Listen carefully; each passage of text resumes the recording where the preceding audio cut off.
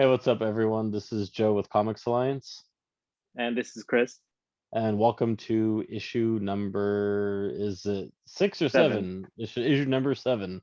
Couldn't Yep. remember that. Okay, so welcome to issue number 7.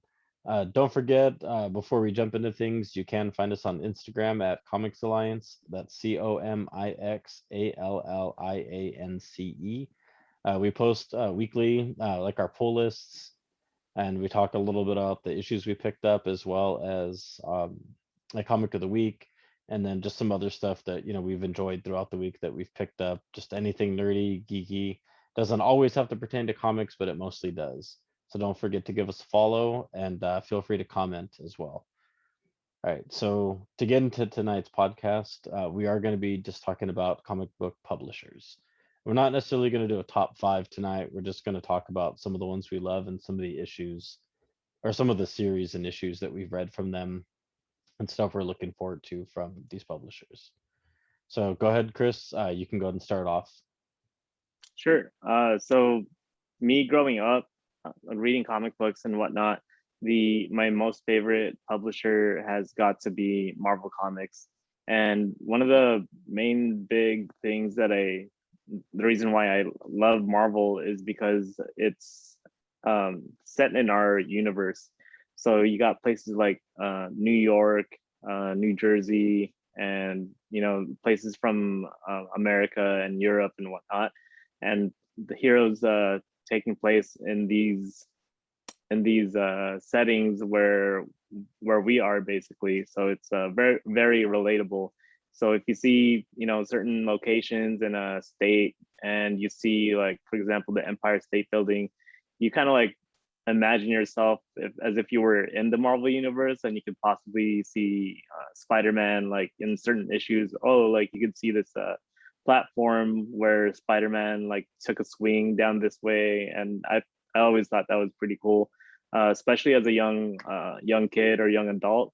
You think about those types of things, but just having fond memories about that stuff, even as you grow up and you revisit those locations, are really cool. Um, Just what's up? the as almost 40-year-old, I still think about this stuff. Oh yeah, Those definitely. those things don't stop. You Yeah, know, they I, don't go away. I They're imagine them very as a kid, and memorable. I imagine them now. Like, I still wish I could just be on my way to work one day and just see Spider-Man come swinging by, Yeah, in California. or be Spider-Man and go swinging by. That would be even cooler. But Right. Or even seeing the X-Men, like doing, I don't know, like saving the day from the pandemic or something. yeah, yep, that'd be pretty awesome. Just being able to see that, but not in California. That doesn't happen. Yeah. Comics we aren't have the typically we have set the there. West Coast Avengers on our side. Nobody knows the West Coast Avengers. Oh man, Honestly, sometimes I say stuff. Sorry, sometimes I say stuff I think people will get the impression that I actually hate some of the stuff I don't. I just like making fun of things. I do it well, I mean, often. you kind of do have a point. Like, not a lot of people that are very heavily into comic books know about the different factions of the Avengers, because That's most true. people know about the main Avengers, but they actually built a bigger group, having the West Coast Avengers, the East Coast Avengers, and different teams, especially with the mutants and the X-Men. They got Excalibur, the New Mutants, and different X Factor, X Yeah, Force. So they're all yeah, like it's spawns off the Avengers. yeah, and they're constantly changing their roster depending on what time period Yeah, you started reading the comics as well. So that could be kind of daunting for a new reader to jump into. I actually had this conversation the other day with one of the guys in Whittier, because as much as I love X-Men, my knowledge, I guess, beyond individual characters is small compared to other series and other factions and whatnot. And it's because like there's so much to the X-Men. Like there's like this offshoot and that offshoot, and then like this offshoot has had like 7 different iterations, and then like they only tie into these other offshoots, and then this main group of X-Men, and then there's this time period of them, and like it's one of the oldest groups that like has split so much, Yeah, and I think even though just considering that like a lot of the spawn from the Avengers, the X-Men just went off on this huge like branch or like arcing, not arcing, I'm sorry, like huge like branching like tree. Like it goes so many different ways and it keeps splitting off, and it's almost like overwhelming with how much there is. yeah, it Um is, and I think it's designed that way since when Stanley created X-Men, it was more of people being born with that X gene, or um, being born with like a superpower, as opposed to like the people from the Avengers, where they're all science experiments, or yeah, created somehow after after being human for so long. yeah, So I think that's the way they differentiate, and I think that's why there's a lot more mutants compared to just regular like heroes from the of Avengers and course, of whatnot. course. So But I'm yeah. talking like from a reading standpoint, it's just Oh yeah, it's still overwhelming. it's so much. But that also does tie back into what you're saying, like why Marvel is one of my favorites, is or my favorite. It's just they've written this vast history over the years that starts to branch off, but in the end, like a lot of it starts to kind of circle back, and you kind of like it's like so like hundreds and hundreds of writers have taken part in this, but it all connects in its own way. And if it doesn't connect, it's obvious that it's like a what if, or like a one shot that was just somebody's like own thing that wasn't like canon. And you know so it's like they've built this just massive world and or universe and universi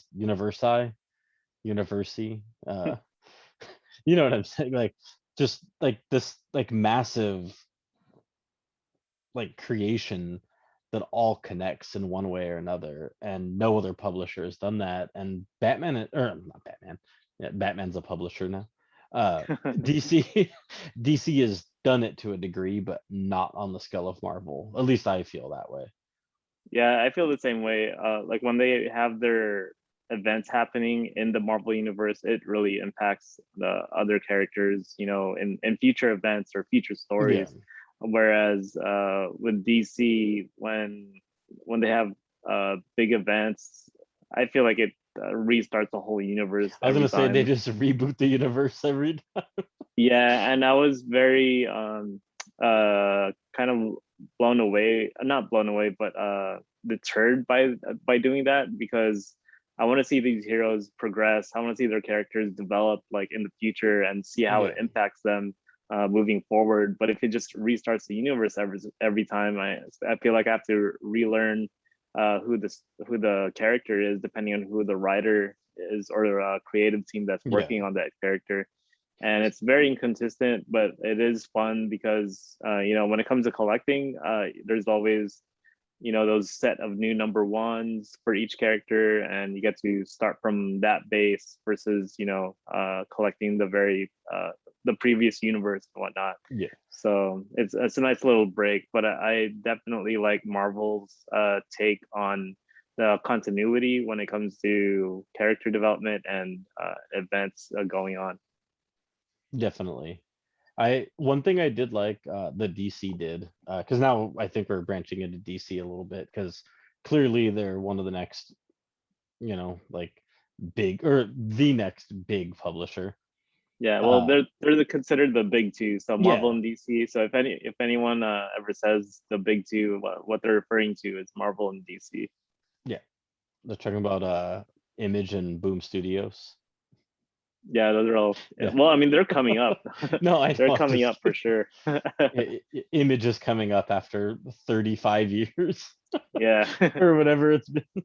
No, Yep. so what was I saying? Yeah. So one thing I actually did like about the concept of future state is I feel like they and I could be wrong, I don't know, but I kind of feel like they took a page out of the Marvel book, where they did sort of a soft reboot, where instead of just doing like this hard reboot like the New 52 and everything just starts there, uh they did a soft reboot that got in write some like new stories, introduce some new stuff, but it had a start and a finish, and that was it.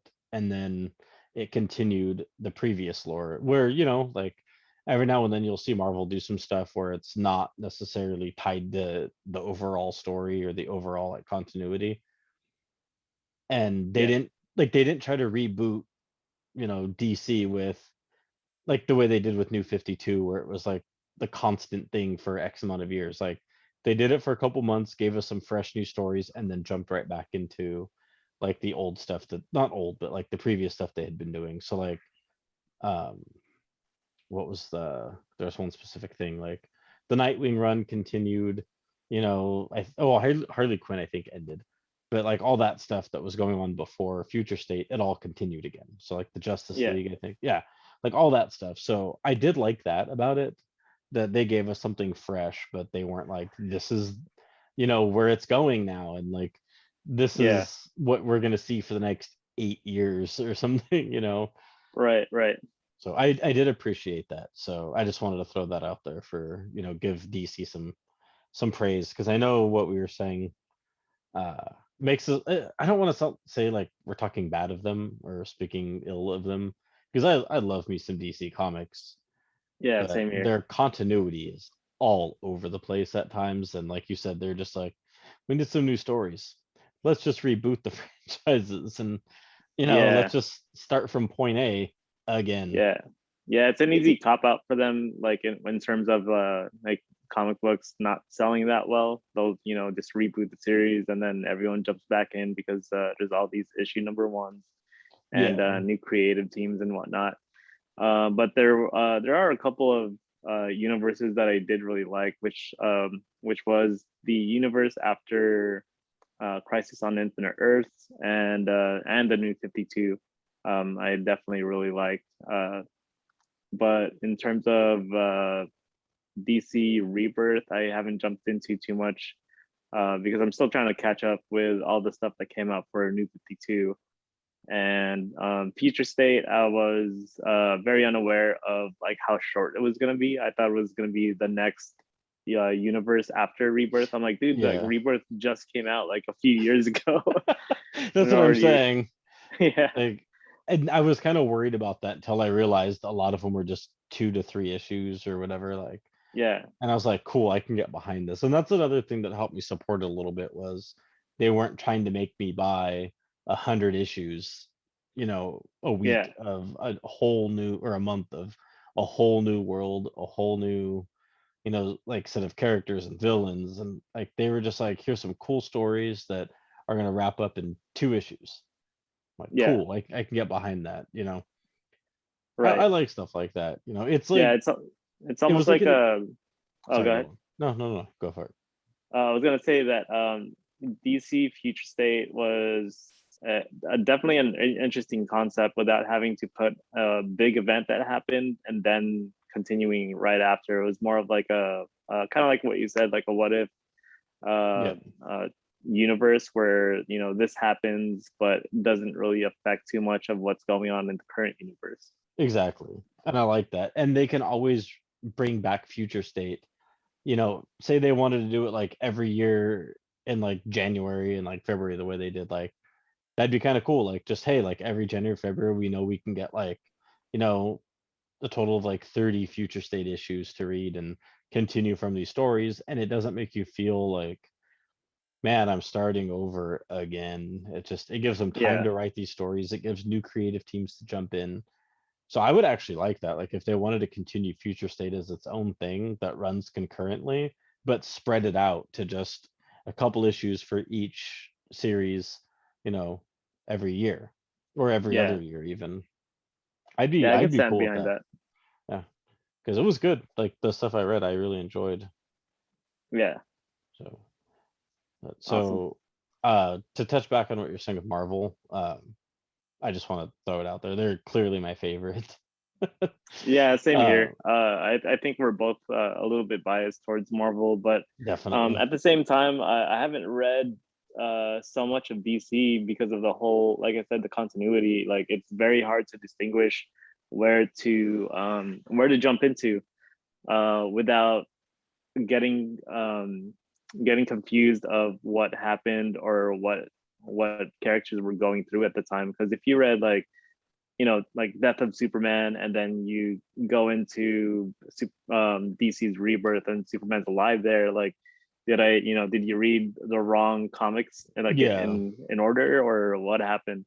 So you really have to do your research when it comes to DC and where to start on that aspect. And I've actually been researching for about, I want to say, half a year when it comes to DC, and I decided to start my reading order from starting from Crisis on Infinite Earths, because they had some really good content going after that event, all the way into the New 52 and right before Rebirth. So I'm definitely excited to read me some DC. I got most of the Jeff Johns. If you're on YouTube, you can see my bookshelf here. Got all the Green Lantern, Flash, Batman, JSA, and all that. So I can't wait to dive deep into those, as well as the some of the Marvel events that I've never read in my life, because comic books are so expensive. Yes, very, very Yeah, expensive. As far as DC goes, I've read some of the Rebirth stuff, but honestly, I've been sticking to just small events like Death in the Family, and then yeah, like Death Metal, yeah, you know, instead of just trying to like follow this like continuity that like gets rebooted every like 2 weeks. yeah. Um, That's actually a good way to do it. If yeah, anyone is trying to jump into a new publisher, specifically with superheroes, is just check out the events. That way, you could kind of get an idea of which characters you might end up liking, and then just spawn from there. yeah. Like I haven't read enough DC, I'll admit it. Like I love DC, and some of the stuff, but I don't know. They were never like my priority over the years. I stuck mainly with Marvel, so when I tried to jump into DC stuff, like I started feeling lost. I felt like Yeah, there was way too much like between like JSA, JLA, like Flashpoint, Crisis, yeah, like all this stuff. Like there's just so much, and it was just like then there's like the new 52 and all these different things. I was just like, what the hell is what? What order does this go in? Do I have to read it all? yeah, Because I know some of it connects, some of it doesn't. yeah, And don't get me wrong, it's not like Marvel's not guilty of doing some stuff, but I always felt like it was a little obvious where a lot of their stuff was placed. You can kind of just look up some stuff, look at some stuff and kind of figure it out relatively easily. yeah. No, I completely agree. I'm sure there's some people out there who can look at some DC stuff and figure it out relatively quick. But I don't know. I've never been able to look at it the way I look at Marvel and just know that like these are the things I read in this order. Yeah, and the other thing to touch up on with Marvel Comics, I kind of feel their characters are a little bit more easier to are a lot more relatable compared to the DC characters. Yeah, Yeah, I'd agree with it. especially with like characters like Spider-Man, like being in high school and growing up and being struggling to balance going to school, going to work, and having these superpowers and whatnot. A lot of people are have that relation when going into high school or college. So Yeah, and same thing with X-Men, like having to deal with racial claws issues, coming out of your or hands. yeah, or like being able to read minds, or some crazy stuff like that. You like that? Claws coming out of Yeah, my hands. yeah, No, I definitely agree with that. I mean, not to turn this into a whole political discussion. We don't have to go beyond what I'm going to say. Just I like that the X-Men did definitely touch on a lot of like racial like issues, yeah, like indirectly, yeah, and kind of just brought a lot of this to attention. And but they used them as mutants instead of like singling any like race out or getting yeah, too specific. And they did yeah, it in because like, sorry, they made a political point in sort of a non-political way. yeah, And I really like that because it's stuff that we can all relate to. And yeah, that's and I think another reason.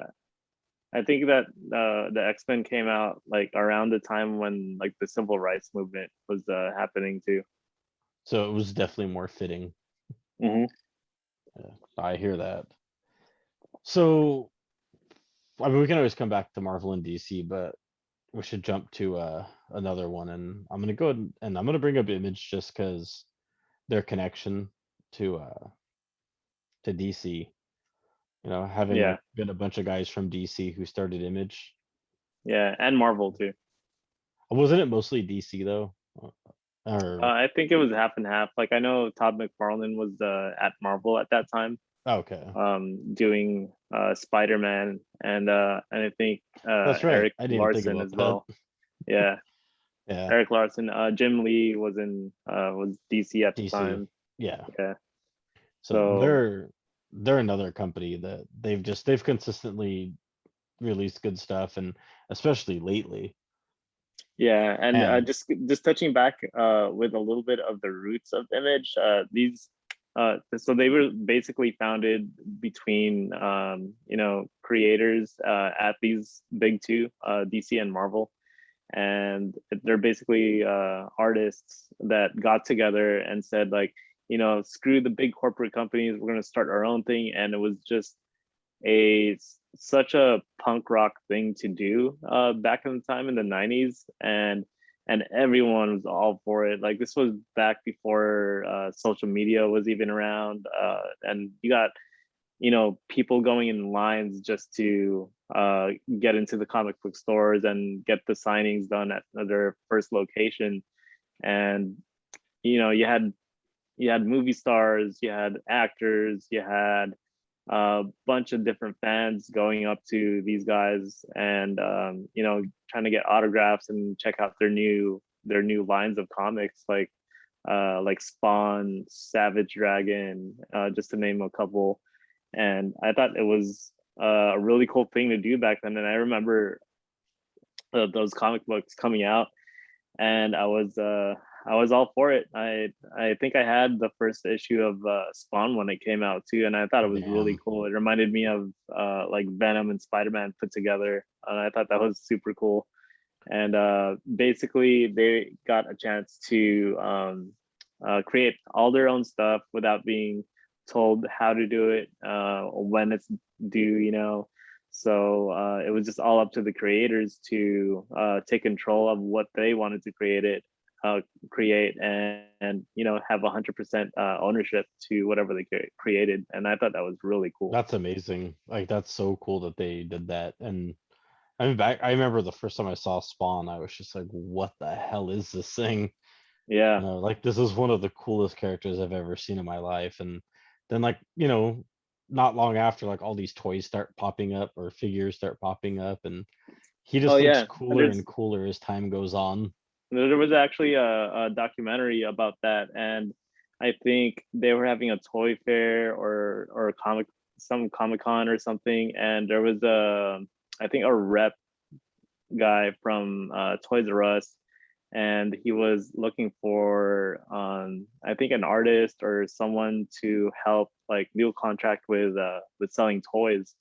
And this guy sees Todd McFarlane, and he like straight up goes to him and he's like, I need you in the toy market. Like, would you do it and stuff? And Todd Nice. McFarlane was like, he didn't know too much about toys or whether like his characters would sell, but he's like, you know what, like, yeah, sure, I'll do it. And that's when the Spawn toys came out, and they were like hotcakes when they first came out. Like Oh everyone yeah. wanted to get them. Like it was so hard to get like certain characters because they sold out so fast. Yeah. I remember I was working for Hot Topic in like 98, maybe Yeah, 97, 98. I don't know. I was still in high school. I remember that. yeah, I was working there in high school, and they released this wave of these Todd McFarlane figures that were all tied to, I believe it was, oh yeah, it was Alice in Wonderland. oh, that's And cool. these were some of the coolest things I've ever seen. And people went nuts when they released them. I remember all day, every day, people were coming in Yeah, asking about them. And then there were a couple figures that just didn't sell from the set, and I remember just they sat yeah, there forever. But for yeah, the most part, like the bulk of the set was just like incredibly sought after at the time, and I didn't even like put two and two together that like Spawn and Todd Yeah. McFarlane in these figures, like it just Oh yeah. somehow like I just missed that, and I was like, these are really cool characters. Right, And right. I unfortunately didn't buy any. I would have loved to have them. Now that I like think back, what I Yeah, missed out on. yeah. I It, think the most of the toys that I collected back then were mainly Marvel too. yeah, I tried to get most of the X-Men characters and the Spider-Man characters, and it was mostly due to the animated series that was out. They were for sure based off of the animated series, and the whole reason why they made the animated series was to sell toys. But the not to jump off too much off topic, but like the people that made the animated series were, I think some of them were comic book fans or comic book writers as well. yeah, So they wanted to put out really good content and really good storytelling when doing these cartoons, and not just just for kids or whatever. They yeah. had Not just they had shovel very stuff adult out there. themes. Yeah, they had things that that taught me as a kid about like racism and like being nice to people or being nice to the society and stuff like that. Like Yeah, that they taught a lot of good fundamentals growing up. yeah. Oh, definitely. That like the whole idea of just how you're different because you're a mutant. You shouldn't be, or you shouldn't be treated differently. And it taught some really good life lessons. Oh yeah, definitely. So I always love that stuff. But yeah, I mean, we talked a little about that the other day, I think. Yeah, Um, so yeah, but to jump back into this whole like Todd McFarlane thing, I was blown away at like seeing this guy's art and like having full creative control at this point, yeah. I or at thought. least I believe full creative control. I don't know if there's still Mhm. somebody that had a final say, but it definitely seemed like this was Todd McFarlane with zero restrictions. Just do Yeah, what you need to do and make like the best product you can make, yeah. and I mean, he's the one that puts that expectation upon himself, and it's been paying off. Like he's still making Spawn comics to this day, and it's yeah, I think what issue up to issue like 319 or something. yeah, that's nuts. Like that's really crazy to think that it's made it this far. And this Yeah, isn't something that's like jumped from writer to writer, like over and over, like so many years. Like it's been pretty consistent, you know. yeah. So yeah, there's something I was gonna say about that. What was it? Oh yeah, recently Shelby bought the trade paperback of the first Spawn, like Oh, did she the get original the Spawn series. compendium? No, it was just like the $10 trade that has like the first like 5 or 6 issues. I Oh, don't know sweet. why we haven't collected the rest because Yeah, there's not too many of them. I mean, there's a lot because it's 300, but it's not like yeah, there's not like hundreds of these, So we'll yeah. probably Was she interested in getting to read Spawn or? yeah, she bought it because she Oh, wanted right to on. read some Spawn, which That's is cool. cool because I don't know if she had ever read Spawn before and just Yeah. wanted to jump into it. I'd ask her, but she's asleep. Um, I think she's asleep. Well, she hears me. I'll start making fun of her. But anyway, I'm not gonna make fun of her. But yeah, no, like she bought it one day when we were in Fullerton at the shop Yeah. there, and I was like, "That's awesome!" Like buying some Spawn. I was like, "Now I could finally read this again." It's been I don't know Nice. how many years, And I've mentioned this before. Like I'm one of those people who I read things like once. I play games once. At this point in my life, I don't rewatch movies. I Yeah. don't have time. And so a lot of that stuff, like I want to go back and reread because it's been Yeah. so many years that like I don't remember most of it. It's Right. been Right. ages, Yeah. like I couldn't recall 90% of what was on some of the pages, some of the stuff that I've read. So that made me happy when she grabbed the Spawn because it's like not only is she like getting into this, Yeah. and get into like something I loved back then, like now I get to read it again. And Yeah. And as we get older, I feel like there's not as many like 90s fans when it comes to comic books, like especially exactly. like characters like Spawn and whatnot. So, Hmm. but going back to the Image Publishing Company, like slowly becoming one of my top most favorite comic book publishing companies, because they just put out such great content, and into so many different genres that you wouldn't expect. And they have like, they give these creators full writing power, and it shows like when they publish their work and their series and whatnot. And it's nice to have a publishing company that allows them to do that, because you get some really like mature type of comic book writing where you won't find in Marvel or DC. And let's not forget that it's not just a comic book publisher who is allowing this freedom, because like there's tons of them. When you we'll get into these later, but like IDW, Boom, Ablaze, Upshot, like all these companies who probably do that.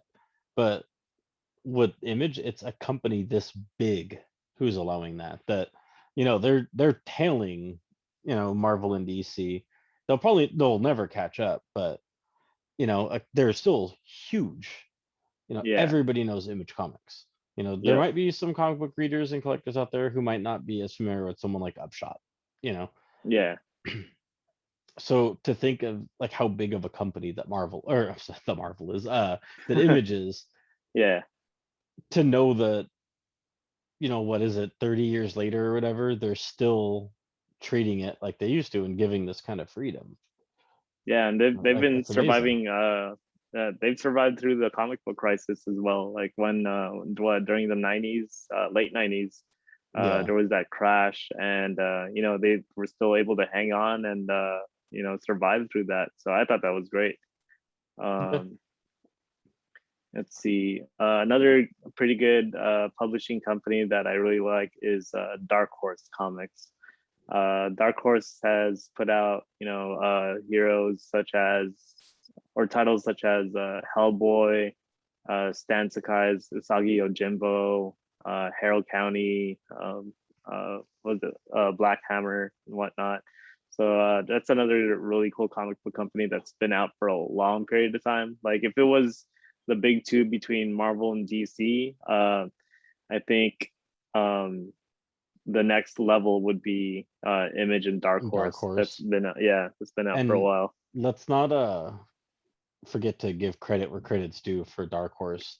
They're the ones responsible for all of these amazing comic book video games, or video game comics, I'm sorry.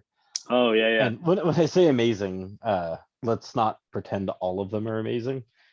yeah. but, But the but fact I that they're publishing video game related comic books is really cool. Like The yeah, Witcher and Dragon Age, Mass Mass Effect. Effect, yeah, Yeah. Jinx. No, I'm just kidding. Uh, let's see what else. Assassin's Creed. I think they just Yeah. did the new God of War too. I believe it was them. The Oh, okay. I don't know if you picked it up. The God of No, War not that came yet. out. Oof, No. good luck finding it. Number one was gone within like minutes of release a couple weeks back, because Oh, it is that ties in. the single issues? No, it's a. I don't. It's a small Hardcover? run, I think. No, it's. Oh, I'm sorry. I thought you said a single issue. If they're single issues, but they're. I don't know how many issues this is supposed to be, but it's number one came out, and it's what ties in the ending of God of War 3 to the beginning of God of War 2018. So when it goes from Greek mythology to Norse mythology, there's Oh, it's unanswered cool. questions in the game, and it ties all that in. And I didn't know that, so I saw it, and I was just like, eh, just God of War. Didn't think much about it, and so I had a chance to Yeah. buy it that morning, Oh and man. then at Metropolis, he was like, I don't know why, like everybody's buying this. He's like, but it's like been hot today, and I was just like, eh. And then a little bit later, I found out why, and I was like, oh man, like at the very worst, I should have bought it just to read it, Yeah. and I didn't. And now it's like going for like $30 for like the first print, like main cover of issue one. Oh wow. I Yeah, know. I so kind of did the same thing with the Mass Effect library editions. yeah. When they first came out, I think they were only retailing for about 50 or $60. and I was like, Mass Effect comics. I really love Mass Effect, but I don't know if I'll like it as comic book format. And then a few years down the line, I'm like, man, I really love Mass Effect. Like I wonder how the comic books were. So I started collecting the single issues, and I didn't know they had the library editions that came out later. So I was a little bit late to finding them, but luckily I was still able to find them. Obviously, higher price than the original release, but not over $100 at least, because that's how much they're going for each right now. Yeah, yeah, that's too much. Yeah. Oh, the But other series that Dark Horse put out too that was really good is Avatar: The Last Airbender. Because for the Avatar fans out there, they put out these library editions or collected editions that came out, and these stories take place right after the animated series. So if you wanted to get more Avatar in your life, like that's the way to go. Like they I guess lost the contract with Netflix to put out more of the actual animated series. So damn, they decided to go through the comic book format, and it's the I think it's the same artist that did the animated series as well. So when you see and read the comics, they're exactly the same, and the characters how they're written are exactly the same as well. So I thought that was really cool. I wasn't aware of that. That's pretty awesome. I'm Yeah, not an Avatar fan, but that's good to know for anybody who is, that there's something that they can just jump into, if they feel like yeah, they want more. Which also goes back to what you were saying, um, or something I want to say that ties into what you're saying. One hmm thing I do love about Dark Horse is it's not just their like original works. It's like I said, I love Mass Effect. I love Assassin's Creed. I have a huge Assassin's Creed tattoo, on like my arm, like you can't miss it. Like it's very visible and obvious. Like so there's no surprise how much I love Assassin's Creed. And the fact that I've beat all the games, and now like sometimes it leaves me wanting more. yeah, And Dark Horse has provided that. And this is all canon from my understanding. yeah, So I get more. There is continuations of these stories. There's new characters like assassins that they haven't expanded on, in the games or even mentioned in the game. So there's new stories, there's continuations of stories. Like I loved Valhalla, and then they did I think it was called like Song of Glory. It was like yeah, a 3-issue miniseries. Like it was good. I didn't care for the art. Like the artist is really good, don't get me yeah, wrong, you know what I mean? Like very, very, very talented artist, but it's not something I personally like looking at, like that style. yeah. And so,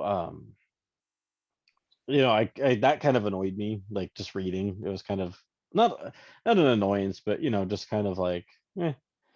Like if it went Right. like on like 10 issues, I don't know if I would have read the whole thing. But Yeah. it was a good fun read. It tied in some stuff, and I enjoyed that. It was really cool. So I was like, awesome. Like I got a little more of the story, where the game ended, there was more. And Yeah. then That's pretty awesome.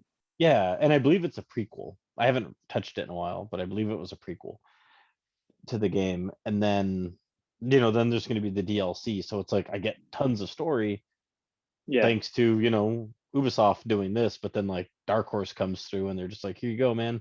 Here's a little bit Yeah. more. And then unfortunately the game kind of flopped, but like Cyberpunk, how they did the trauma team, Oh yeah. Yeah. I almost said trauma center. That game was great, but that's Yeah, a that game was great. conversation for another day.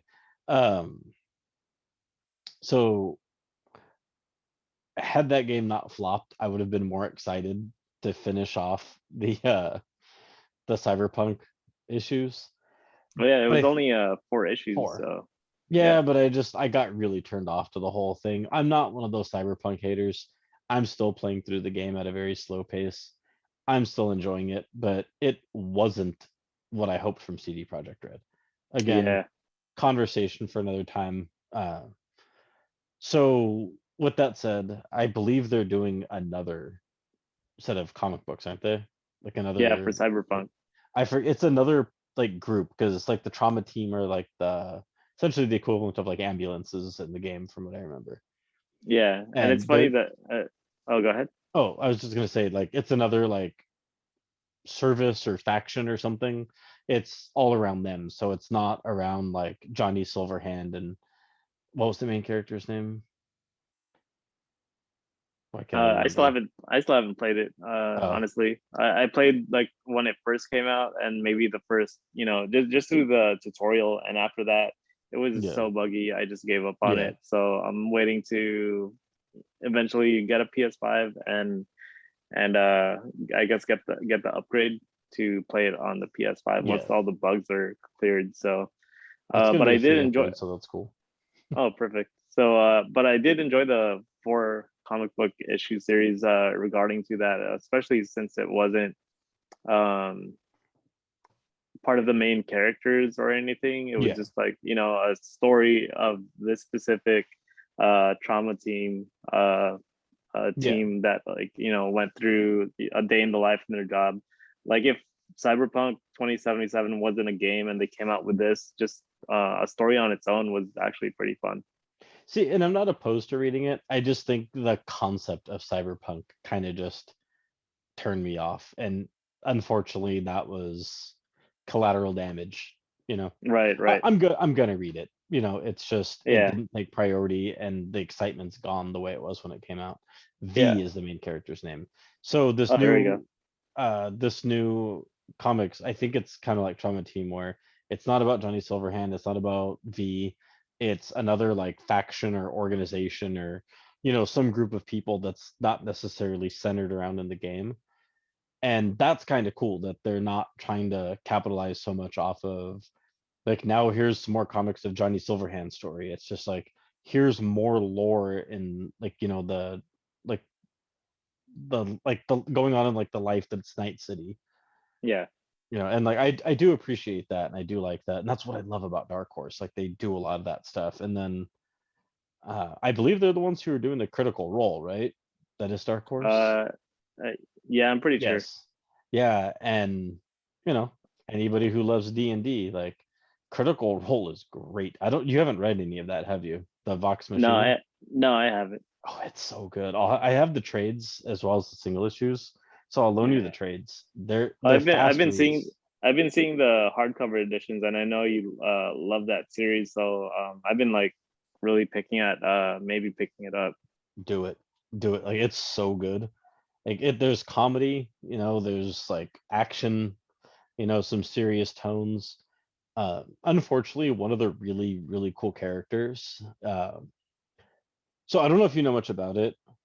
Mhm. The whole cast is based off of real people's D&D characters Yeah, because they do the whole Critical Role like live action, not live action, like their session, like right? Their live, D&D yes, like session. live session. There you go. And so it's all based around their characters. Yeah. And there was one guy who nothing's been explicitly stated. I think there's a lot of rumors, but a guy who was creating problems like within the group. Again, I'm talking the real people, not the characters.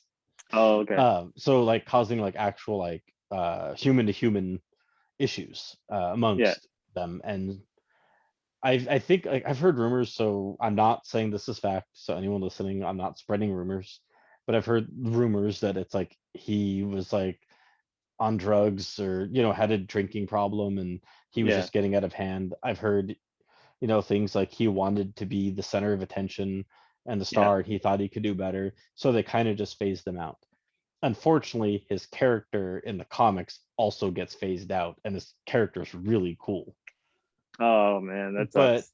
I think if I'm not mistaken, they kind of showed him their respect, like they sent him home to his like Yeah. home world.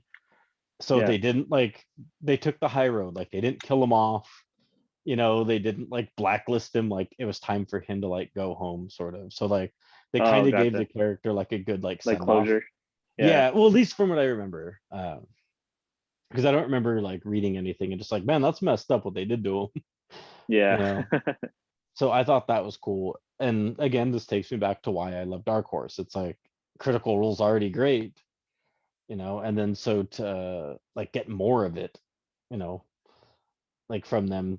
through Dark Horse. Like, this is awesome. Like, and granted, it's not Yeah. just Dark Horse writing it. Obviously, it's the Critical Role guys. But the fact that Dark Horse just jumps at the chance to put this stuff out, you know. Yeah. And if I'm Yeah. not That was. mistaken, go ahead. What were you gonna say? No, go ahead. Oh, if I'm not mistaken, they're the first ones who did the digital comics as far as relating to games, like the not digital comics like flipping through comiXology and Marvel Yeah. Unlimited, but like the interactive. There you go, the interactive digital Uh. comics, like they did with Okay. Mass Effect. Oh, I didn't know that. Yeah, I believe they're the first one to do that, and possibly the only one who has done that. Oh, okay. That's pretty cool. Yeah, yeah, because do you remember how the first Mass Effect wasn't on PlayStation? It was only on Xbox, Yeah. but Mass Effect 2 was on PlayStation. So Yeah. when you boot it up, it starts with an interactive Dark Horse comic. So all the main plot points, they're telling the story of the first Mass Effect, Yeah. and they're telling it like, and you've played it. So they're like, oh, when you sent like Kaden Alenko to go do this and Ashley Williams to do this, and you were only able to save one, like who did you save? So it's Yeah. kind of like asking questions but telling a story. And then Right. you get a pick like, oh, I saved Ashley. And I mentioned that because she's the one who I saved because I hate Kaden. So I saved Ashley. So then when all those major decisions in the game, when you start Mass Effect 2, when the actual like game itself starts, all those decisions have been made. So later on when like Kaden or Ashley shows up, whichever one you picked is the one who shows up. So it actually puts those into the game. And I thought that was Yeah. really cool. The way, if you beat the first game and your save data carries it over, they Yeah. Dark Horse did that with a comic book, like an interactive comic book through the game. Yeah. Without having to play the first one, since the first Yeah. one wasn't available yet for the Yeah, and see, PS3. and you had the 360, then I had the PS3. So that's probably Yeah. why you weren't familiar with it. That I was forced to experience the game through an interactive comic of the first game. Yeah.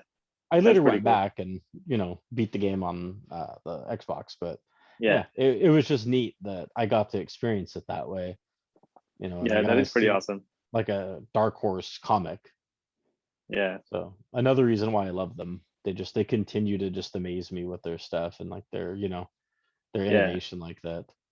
And even with Dark Horse comics, they definitely have some impact on the TV series and movie market. Like another one, for example, if you guys aren't familiar with My Chemical Romance's lead singer, Gerard Way, he's a big comic book guy, and he actually wrote Umbrella Academy.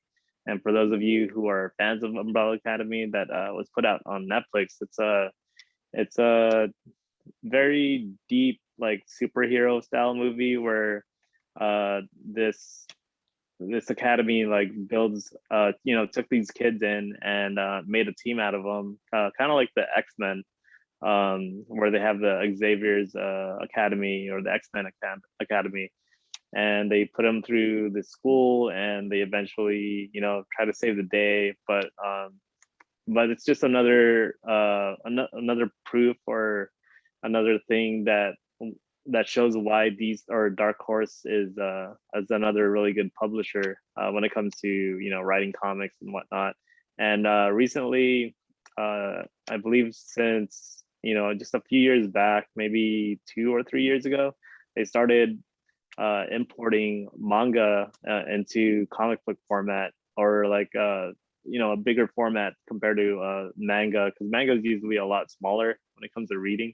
Yeah. And they put out these really nice deluxe editions for Berserk, and Immortal, and I think Helsing as well, which is a vampire series. So I So definitely applaud them for doing something like that, because I just love bigger formatted comic books when it comes to manga style. so what you're saying is they Americanized manga? Yeah, in a sense, like I I'm think just I'm just instead of joking. uh, I mean, yes, they did, but I was just joking the way I said it. oh no, I'm serious. Like they ruined it. My I mean, it's. I my think inner it's. weeb just came out. Yeah, pretty much for those hardcore weebs or whatever. But I think it's a great avenue for if someone, if you have a avid comic book reader trying to get into manga, that's a nice way to try to get into manga I'm a because firm they, believer that there's no reason to limit your audience. If yeah, swapping a format like that will extend your reach to people, yeah, do it. Like by all means, do it. yeah. And I Yeah. think even comic book format is slightly starting to do that, like in terms of artists.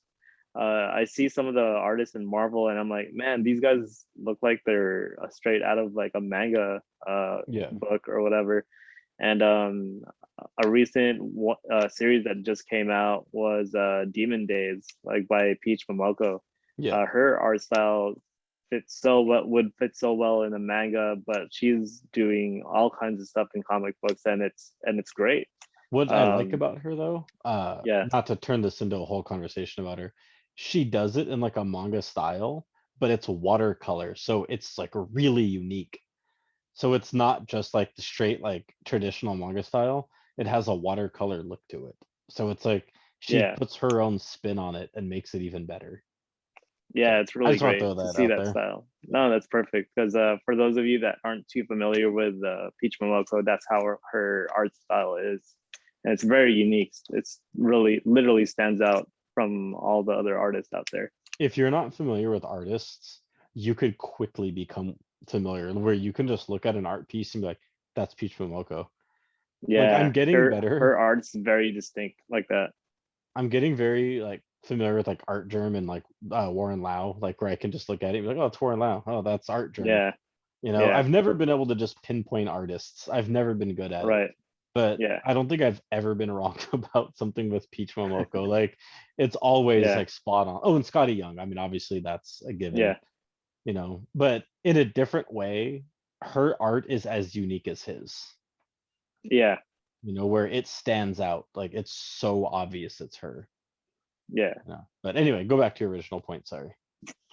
No, I was just yeah, just pointing out that Dark Horse puts out such good content that it's that people are willing to option their stories into a TV series or movie. So I Yeah. always thought that was really cool. And one of the older ones that came out as a movie was Sin City, and that came out what like early 2000 or late 90s, Yeah. I think. That first one was great. I never saw the second Hmm. one, but I Yeah, love the first one. yeah. To this day, I still haven't seen it. I still that's been Wait, on my either of list them? for huh? Either of Yeah, them? either of them. Hmm. Oh, oh my God. Okay. We got I'm to hang telling you, out next. I have like backlog when it comes to like older movies that I haven't seen, and We, I we know I've gotta missed out on a good amount. we gotta hang out next time and Sin watch City, the first Sin City and yeah, Logan because yeah, I still haven't seen Logan. yeah. But yeah, Oh man, like it's so good. we gotta watch those. But Yeah, oh, there's something I was gonna say about what you were talking about with Dark Horse. Oh, I'm just sorry, with Umbrella Academy, how you were talking about. oh So yeah, I cannot stand My Chemical Romance. I think they are one of the worst bands I've ever heard in my life. Like to the point that, and I'm going somewhere with this, to the point that I don't know why I went to go see Avenged Sevenfold because I also don't necessarily care for them. But uh-huh. I believe it was Avenged Sevenfold, and My Chemical Romance were actually opening for them. It was at Yeah. the Henry Fonda Theater in LA. Oh wow. And I don't know if you've ever been there, but there's like that huge like foyer, like kind of lobby sort of thing. Like you walk in Yeah, and it's huge. Like you could like yeah, there's merch booths there, like you know where they set up like the bathrooms are right there. Like I think they yeah, even have an area where you can get like water and stuff, and there's like steps that lead up. It's the places or the that area is huge. yeah, And so you go to the end of it and then there's like doors you can open or will be open, you just walk through, and yeah, that's when you get into like the actual like part of the venue where the bands are playing. uh I just sat in there and like yeah, well like My Chemical Romance played, yeah, like I didn't even care. I was just like, yeah, I don't care, this band's terrible.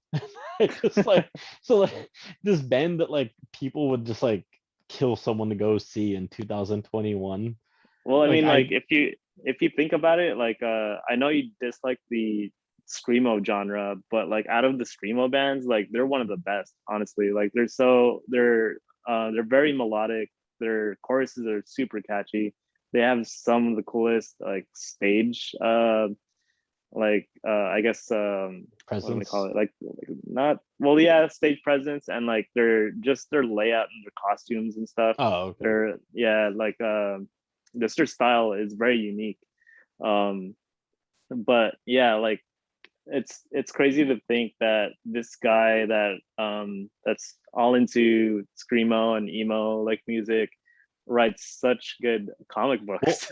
and that's where I was going with this is Yeah, I I think everybody at this point now understands how much I don't care for My Chemical Romance. yeah, So, with that said, when I found out that he had done a comic with Umbrella Cat or yeah. called Umbrella Academy, I was just like, terrible, Yeah, terrible. Did you just read it? automatic like No, terrible. But you haven't read it. Don't care. Gerard Way wrote it. Terrible. Like, there's no way this guy could do anything that I would ever care about. Like, his music is so bad. I will never be even like remotely interested in this, right? yeah, So Shelby and I start hanging out, and she's like, "Oh, I bought like the Umbrella Academy yeah, like trade as like a gift for like our boss at the time," yeah. and I'm just like, "Ugh." like, like why would you do that to somebody? And it turns out like they're both like, or they were both like big MCR fans back in the day, and I'm just like, Yeah. like why would you do that? Like that's terrible. And then let's fast forward now. The show's on Netflix, and she's just like, "Oh, Yeah, it's so good. Would you yeah. watch it?"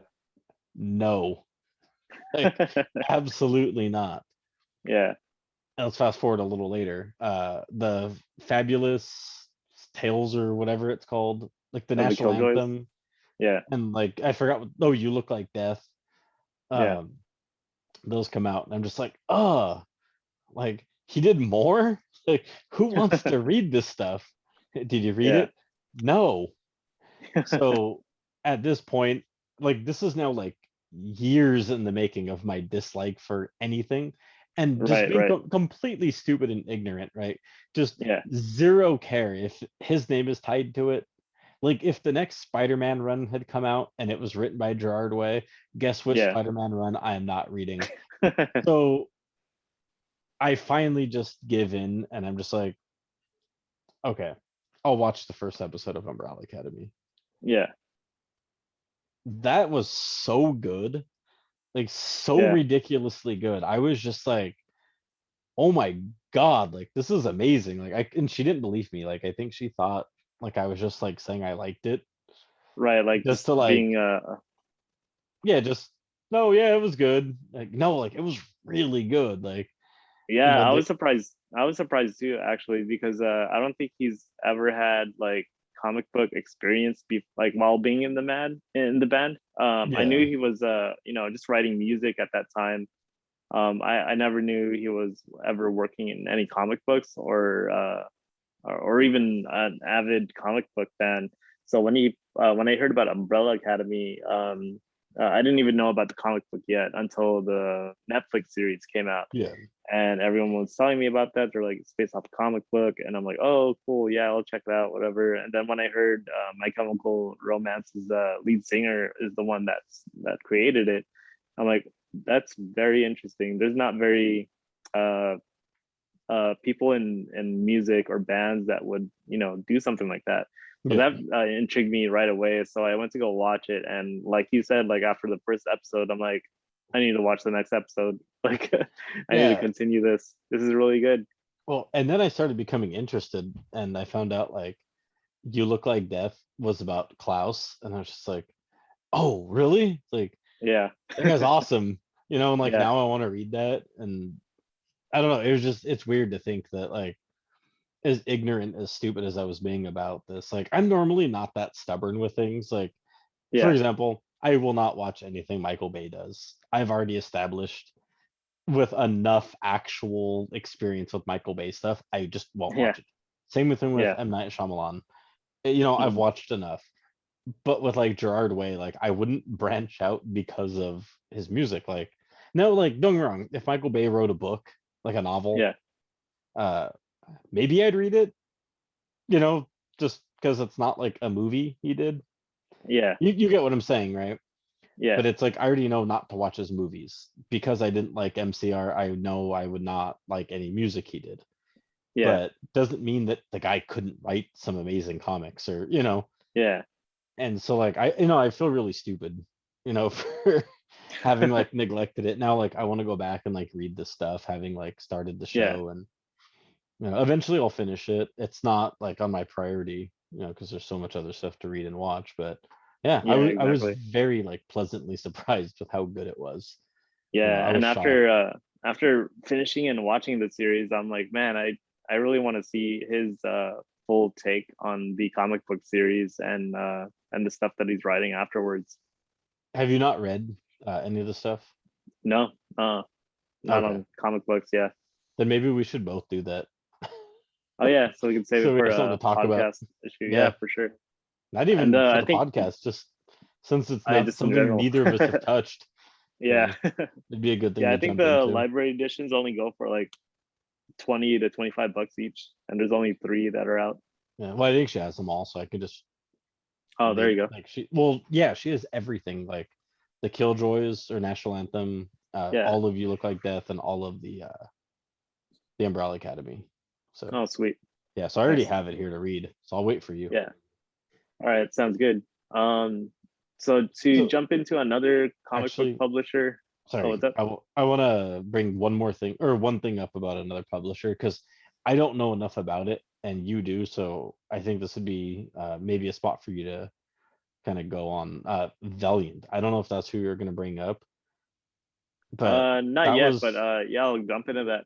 because that was an older company who Yeah, had like they hit their peak, which wasn't high, yeah, completely fizzled out, or almost yeah, completely fizzled out, yeah. started to make a comeback, made that terrible movie with Vin Diesel, and kind of fell by Oh the man. wayside again.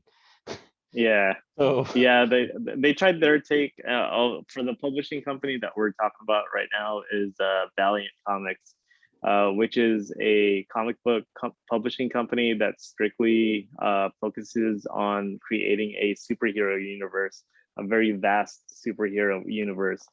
And I think in the 90s they were trying to push that, and they were trying to push new characters that were kind of similar to some Marvel characters, and they did okay. But then like Joe said, they only hit their peak, not so high, and they came back in 2012 doing a reboot on the entire universe, and that was probably their magnus opus when it comes to their universe, because all of their superheroes and everyone that writes specific stories for each one affects the entire universe. It's not like, oh, this event is happening and this guy doesn't know about it, or this villain isn't affected by it. Everything is affected, and every creative team takes into consideration of how it will impact the entire universe.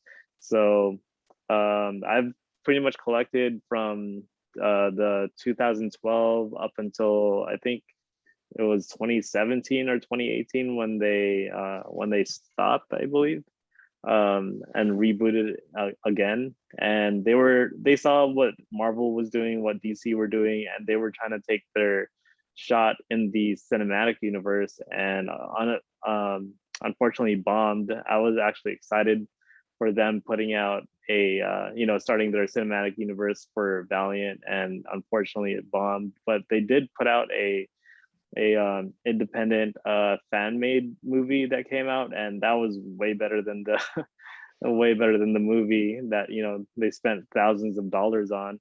And it's cool too because one of the actors that played Bloodshot in the fan made one was Jason David Frank, the original Green Power Ranger. How awesome is that's that? awesome. That's Yeah, really and cool. yeah, and the way they just did the animations and whatnot, it was super cool. Like the acting felt like a 90s like 90s action movie acting, but it was Yeah. still enjoyable to watch. But when it comes to the Valiant universe and the superheroes in it, you got like guys like Exo Manowar, which is kind of like a combination of Thor and Iron Man. So you got, the kind of like the mystic like power, like all put into a suit. I thought that was really cool. You have guys like Bloodshot, which is kind of like a kind of like Deadpool, but like a very more serious mercenary, and doesn't take shit from anyone. And then you got another guy that's kind of like Daredevil slash Batman, named Ninja K. Some people call him Ninjak for some reason, but it's Ninja K, I believe that's correctly pronounced. And who else is there? They got Uh, their own events that happen too, such as Divinity and the Harbinger Wars, which are the Harbingers is kind of like the X-Men as well. What were we gonna say, Joe? there's a character, I believe it's Valiant. He looks kind of cool. I've been tempted to pick up some of the issues. A few months back, I saw it was on like issue 8, so I haven't Yeah. bothered to look, but I believe it's pronounced Rai, like Rai. Oh yeah, yeah, yeah. He's kind of like a samurai type character, Yes, right? he is. He's like Is a he? kind of like a cyborg. So he's like a cyborg samurai, Yeah. if I'm not mistaken. Okay. Have you read any of that, or do you know? No, I've been working on a reading order for myself to read the entire continuity of it, and I think I'm almost done. But I haven't read any of the Valiant universe. But I knew I was very intrigued, so I bought almost every single deluxe edition hardcover that ever came out. So Damn. I'm pretty much complete. So I'm pretty sure it'll take me at least half a year to finish that. Is there that much stuff? Yeah, I have. For those of you on YouTube, you could see my shelf right here on the bottom. This entire shelf is comprised of Valiant books. Jeez, So yeah, that's a lot of Valiant. I didn't yeah, realize but there was that much stuff. yeah, I mean, it was from 2012 up until 2018 or 2019, I think. But if you're barely getting into it, I know they kind of restarted the series, so you could probably pick up this one right here, which is Exo Manowar, book Wait, one. this started in 2012. Yeah, Exo the original Manowar one. looks like something from the 80s. Yeah, exactly. Well, he's actually from the '90s when they first created him, but they kind of did what DC did, but not as often, where they reboot the universe and whatnot. Yeah. So he definitely came out in the '90s first, and so they rebooted the universe in Oh, I'm 2012. sorry. I'm sorry. 2012 was the first reboot. Yeah. Oh, I thought you said it started in 2012. Oh no no no. Oh, They okay. yeah. I was like, man, they really dialed it back. Yeah, right. like, okay, I Yeah, know but it's I'm very 2012, but let's make it look like 1982. I know, right? Yeah, I actually like the artwork for that. Like it looks very 80s, 90s. Yeah, like late 80s, actually. I said 82, but like late 80s, early 90s. Yeah. Yeah, but the Valiant Also universe known as is definitely cheesy. something. Oh, what's up? I said also known as cheesy because some of Yeah. that stuff is bad. But anyway, yeah. Yeah. So what were you gonna Yeah, say? if you guys are looking for a publishing company that has a vast like superhero universe that has one of the best continuity, check out Valiant Comics. That's probably like your go-to when it comes to superhero continuity and everything tying in together well. Do you know why they I don't want to use this word because it's kind of harsh, but I kind of feel like they've failed over and over, but like they keep coming back. Do you Well, know I what think it is? their 2012 run did really well, and until I don't know what caused them to start failing. I don't know if it's due to them losing writers or creative teams leaving and whatnot. So because I mean the creative teams that are in that publishing company are there to write superhero comics, nothing Yeah. else. Okay. It just seems like every time I would hear like the name Valiant come up, it would Yeah, be like these high expectations, and then you just like never heard about Valiant again. But then yeah, next thing you know, there's like hundreds of issues out. yeah, And it's like, I don't know, like I can't think of a single Valiant, and I could be wrong, but I can't think of a single Valiant issue that's worth money. Like maybe Um, some like originals from their first run, but like, I don't see things like popping up consistently from Valiant, like I yeah, don't buy a ton of like old like rare stuff, but I look through groups and follow stuff on social media who sell like rare stuff, and like I never see anything Valiant come up. yeah. I mean, I mean, we are starting to dive deep into independent comics, and you don't see too much of too many Valiant comics in like even boxes or in people's collections for that Here you matter. go. I guess there's a better way to put it. I guess the word fail was harsh. And this might sound kind of mean, but I think this describes it better. They sort of faded into obscurity. Yeah, Like they're yeah. There's still a very there. small niche of Exactly. collectors. They're still there, but it's a very, very, very tiny group of people who care, but Yeah, enough for them to keep going. yeah, and that's the same goes with Archie comics. Like Archie has been around for years or True. decades, and they're still around, but no one ever like really buys any Archie comics Eh, nowadays. So uh, Speaking of Archie, I don't know why I asked my mom if she had ever read a comic book. yeah, Because I was telling her, so I forgot what I was telling her. I felt like a kid, like, "Hey, mom, look at my like this toy," and my yeah, mom's just like, "I don't care." yeah, But like, I was bringing up something, like something I was holding in my hand, and I was just like, "Hey, like, something about this." I have no idea what I was talking to her about, but I was just like, "Have you ever read a comic?" And she like looked at me like I was stupid, and she's like, "Have you yeah, ever heard of Archie?" I was yeah. just like, "Man, you are old." Like, but then like so am I, 'cause like I remember Archie comics as a kid, Yeah, and they yeah, were yeah. everywhere. Like they were Right. huge even in the 80s. Like, Yeah, I still remember that stuff. And yeah. I thought that was funny because you just brought up Archie and it reminded me that was only a couple months ago that happened. Oh wow. Yeah. Yeah, like That's I very forgot like interesting. I had brought something up and it just Uh-huh. turned into that conversation. She just like said she looked at me like I was stupid, like, yeah, like Yeah, Archie. of course And I I have. Like and then I'm thinking like, wow, my mom used to read Archie comics. Like my mom used to yeah. be a comic book reader. Yeah. Well, I mean, back then, like my first very few experiences in reading any type of comics was on the newspaper, and Yeah. uh Well, yeah. and they were very short comic strips, and I enjoyed them every time I read the newspaper. And then it wasn't until a few years later that I found out that they had actual books of like these comic books and stuff. Because I think some of Yeah. the other strips that I read were they were all cartoony, of course, and I think some of them were like the Peanuts Yeah. comic strips, if you The remember those. Like, Peanuts, Ziggy, yeah, Family Circus. yeah, yeah, They're called comic strips because it was like yeah, little segments. Yeah. Uh, yeah, you just reminded me. This is the one time I'm gonna cuss. So I feel like I yeah. get to do it once every issue. All right, so we're gonna bleep that out right now. Yes. So you've seen that movie Zack and Miri, Yeah, right?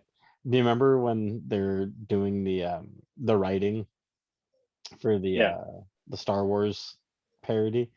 yeah. And they're talking about it, and Seth Rogen's character Zach, he said something about a comic, and Delaney, was his name Delaney in that movie, or am I thinking Craig Robinson's character?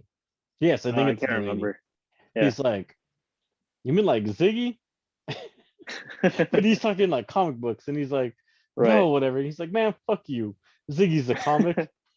I just like that always stood out in my mind, like, because right, I right. remember like I was into comics as a kid, but like Yeah, I also love those comic strips. Like I loved Ziggy as yeah. a kid and like Dilbert and stuff.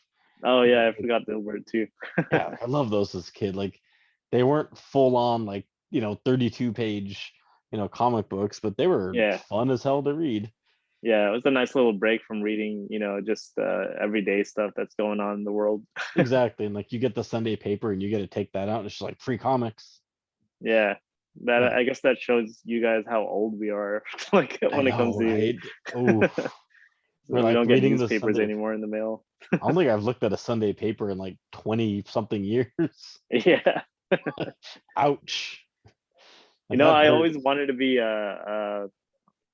well, what do they call them? The people that deliver newspapers and stuff A on paper boy. bikes. I guess, yeah, yeah. I always wanted to do that. Just I thought it was fun and like it would be cool to get paid doing that. Just I just riding your wanted to bike all do it day.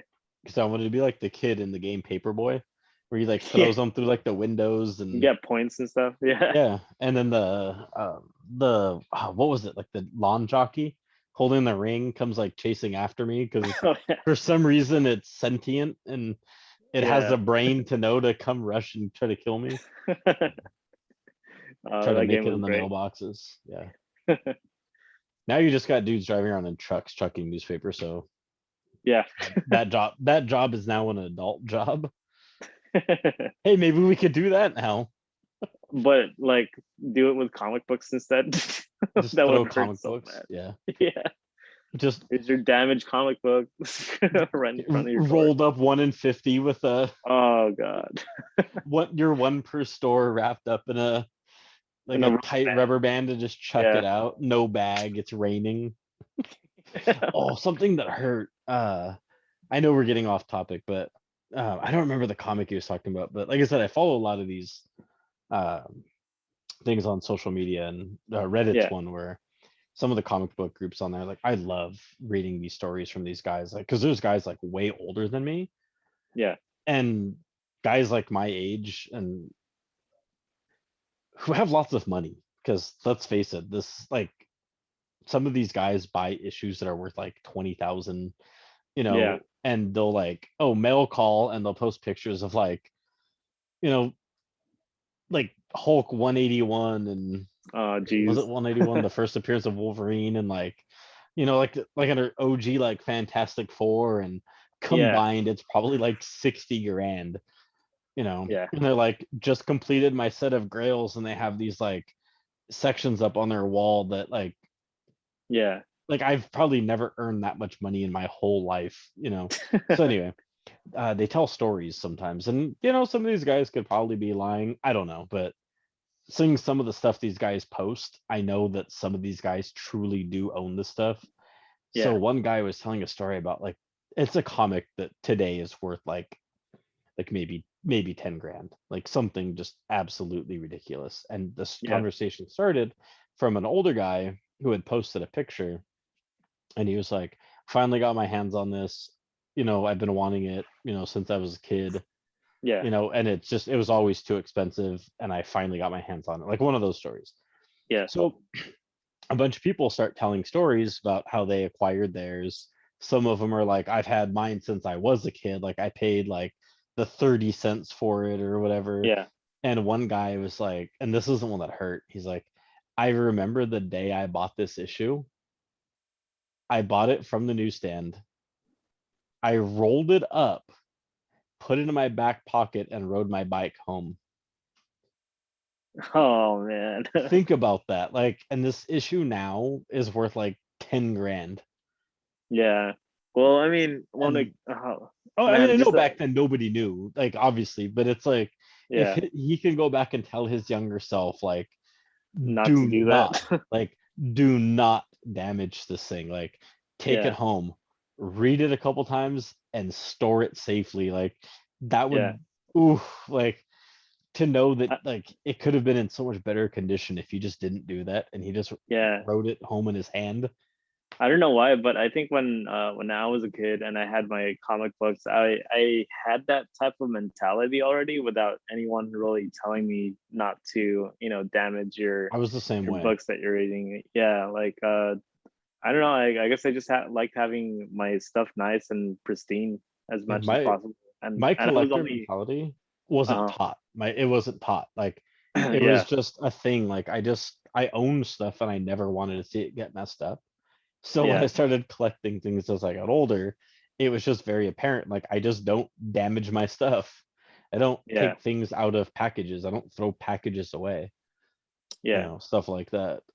So yeah, kind of the same idea as what you're saying. Like I've never been that way. yeah. That's I And just that kind of carried on to adulthood. So I think I was very fortunate with that. But but yeah, like I said, like in case you get out of a hobby, you could some of this collectible stuff will be worth money one day. So it's always good to keep it in nice condition. Definitely. Yeah, That's a whole other podcast. yeah. So But yeah, going back into the publishers and whatnot, the next one I was going to bring up was Boom Studios. Boom Studios has definitely been coming up for the past couple of years with their comic books. They like revamped their entire way of doing things, and I think it's been working out really well for them because before they used to, put out so many different comic books and titles, while Marvel and DC are putting theirs out. And since it was oversaturated, it was very difficult for people to get into Boom Studios like comic book titles that were getting put out, and just putting in the back bin because there's so too much coming out at one point, and they decided to dial it back a notch and just like be laser focused and have quality put out when it comes to putting out Boom Studios' content. And for the past couple of years, it's been working really well for them. And they've been putting out great titles like Something is Killing the Children, Mighty Morphin Power Rangers, and Once in Future. What's another one? An Unkindness of Ravens is them. Yeah, that one just finished too. Just like But titles like that. It's they've also really did good. Firefly, two Oh Firefly, I yeah, think. yeah. Yeah, I they've think been doing some like TV show style like comic books Angel, like you said, Buffy, Firefly, Angel, Buffy, Power Rangers, like I said. They've had this great series that they put out a while back too, which is Irredeemable, which is kind of like a Superman's like a Red Sun Superman story where it's like a superhero that's has powers like Superman but goes rogue and becomes a villain. So I thought that was really interesting. I still haven't read it, but I heard really great things about it, so that's why I picked it up. yes. Is it those four books right there? The white and Yeah, blue? these 5 volumes. Oh, there's Yeah, five? yeah, Oh, yeah, Irredeemable. yeah. Okay. I had to look closer. Yeah, Yeah, no, Boom is just ridiculous. Like we got into Boom is them. definitely booming. Yes. We got into them last year because Shelby had grabbed a like a mystery box of sorts. We were trying to win Yeah, a Spider-Man, like a graded Spider-Man. So we bought a couple of those mystery boxes that have stuff in there. And I was just like, I don't mind, like gives me just more stuff to read that I might not have. And she pulled one out called Wicked Things. We had never heard of it. We weren't even familiar with Boom Studios. And it looked cool. Like it didn't look like it, was anything we'd ever seen before. It had a cool art style that she liked. And she read it and she's like, that was really cool. Like I really enjoyed this. It was kind of like a young British girl who's like a detective of sorts. And, it was just kind of a little like mystery, like thriller sort of thing. Nothing like nice. violent or bloody. And it was just cool, you're like, okay, like that's just a fun read. She got into Yeah, it, she started, reading more issues, but by that point, like Boom had already started like releasing stuff that we weren't like, we didn't already know about. Like Once in Future had yeah, already started. Something is yeah, Killing Children already started. But then we yeah, started looking at what else they had done, and we were just like, man, like they've released like a lot of really cool stuff. So we started getting more yeah, into Boom together. And every time we'd go, she was always the one to like, where's the indie section? And yeah, start like yeah, grabbing everything she can, yeah, indie. And so yeah, we started looking more into this stuff, and then we started hanging out with you again. Oh, I started hanging out with you again, yeah, and you introduced me to some more stuff like Once in Future and all that, and I yeah, realized like that was Boom as well. I was like, man, like yeah. this company is really good. Yeah, they're putting out really good content.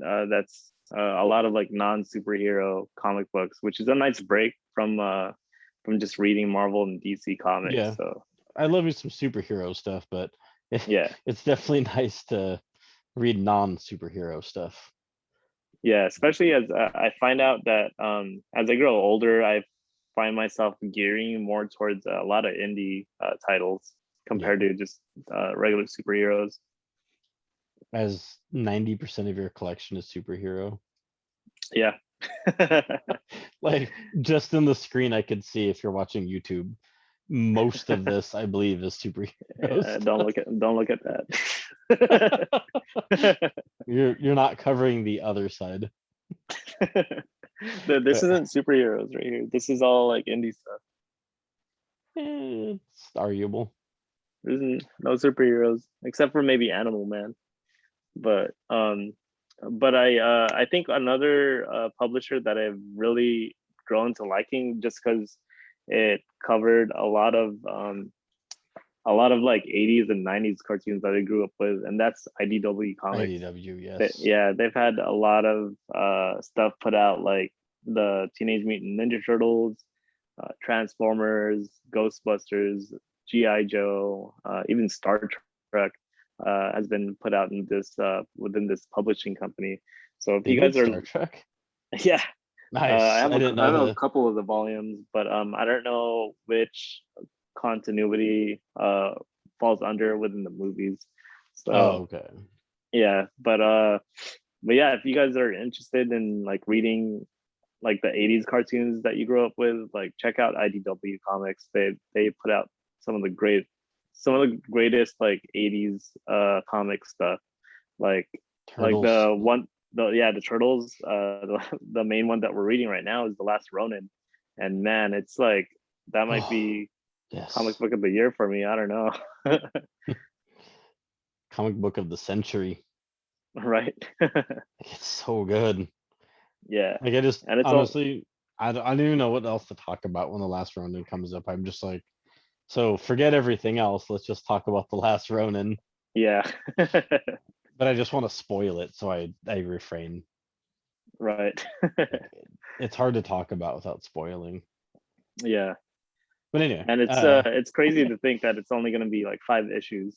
I know it's sad. It's very sad Yeah. to think it's only going to be 5 issues. Yeah, but just to think if Kevin Eastman has like an outline or story outline that was dated to 30 years back and just like hiding in his closet somewhere, like what other stuff is he hiding from us or like keeping from us to put out? You know what I wonder? Going wonder. Was the turtle he chose the turtle originally in his outline, or was it like that left blank, that when he fleshes out the story, is he then going to pick which turtle it's going to be? From what I read or from what he talked about, I think it was supposed to be Michelangelo originally. So so that was the original plan. Yeah, that was the original plan. Wow, that just flipped. Well, the cat's out of the bag now. No, honestly, we've spent several weeks trying not to spoil this. The reveal's been out since October, or the end of October. Oh man, I'm sorry for anybody who may have heard that. I apologize. Who hasn't read this, but I was trying. I was trying to be discreet. So if you get mad at it, you get mad at Chris. Sorry, not discreet. I was trying to be kill vague. myself right now. So it's totally not Michelangelo. I was totally joking. It's someone else. Screw it. You've ruined that. Let's just tag right now. We are going to discuss spoilers for about 5 minutes. So if you're listening, skip ahead 5 minutes. I'm gonna check the clock. Okay. So I'm gonna bring up some major spoilers right now from The Last Ronin. That part when you think Casey Jones is coming out. Oh yeah, we talked about this last week, I think, and I didn't get to elaborate on this. But that part when you think Casey Jones is coming out and it's his daughter, like he was alive, and you realize he's dead, is just brutal. Like it was gut wrenching. Yes, like I choked up on that. I'm like, I thought he was gonna be alive. He's gonna be in the next panel or next scene, and you see his daughter instead. And like, it's cool that she's in there, but to know that she's there because he's dead, Yeah, it was a kick to the nuts. Like, yeah, because for those of you that haven't read it, and since we're spoiling some of this stuff already, you see April O'Neil still alive, but yes, not in the best condition. she looks like she's done a lot of hard drugs for the last Yeah, 10 years. I don't yeah, know if that's what they were going for, but she definitely looks like she's gone through some shit. she's weaned herself off some hard drugs for a while. Yeah, I think it's just the losing limbs and the overall like depression. And maybe when I say hard yeah, drugs, I'm joking saying like meth and heroin, but it could have just been like a pill addiction that has taken a toll on her because of pain and emotional stress of yeah, hmm, losing not just three of her friends being the turtles, but also Splinter and the father of her daughter, Casey yeah. Jones. Hmm. And I still for like the those, fact that she has the same outfit. yeah, I know, right? That's great. And then on top of that, so now again, we're talking spoilers. I have another 2 minutes. So that part when it shows Raph die in issue 2, Yeah, that was another one of those gut wrenching moments. Like he's yeah, dead, but it's like, yeah. did he have to go out like that? Right. I actually Mm. slowed down my reading when I was watching those panels, like of him fighting in the water. Yeah, Yeah. I had to slow down my heart rate. My heart uh, stopped beating when I saw his sigh. yeah, It was just his sigh left. like I had to actually go back and look at the panels again Mhm. because okay, so almost every time I read a major issue, I usually look it up after and look up like opinions, like what happened, sort of things, to see if like I got the full scope of things, Yeah. or to see if there's anything I may have missed. And so I when I did that with this issue, somebody had mentioned like Raph getting stabbed, and I was like, I don't like what, like no, he didn't get stabbed. Yeah. It didn't occur to me at that moment that like I knew he died because the whole side dropping, Yeah. but it didn't occur to me that that's exactly what had happened. I guess Yeah. I don't know how I missed it, Mhm. and I went back and I looked at the panels again, and I was Yeah. like what? You see, I forgot her name. It's Shredder's daughter, right? Yeah. She has her fist by his face, Yeah. but you can't really see anything. So I kept looking at the different panels, and eventually you realize she has a blade. Yeah. And then when her fist is up to his face, you can't see the blade. Yeah. And then I was like, oh, okay.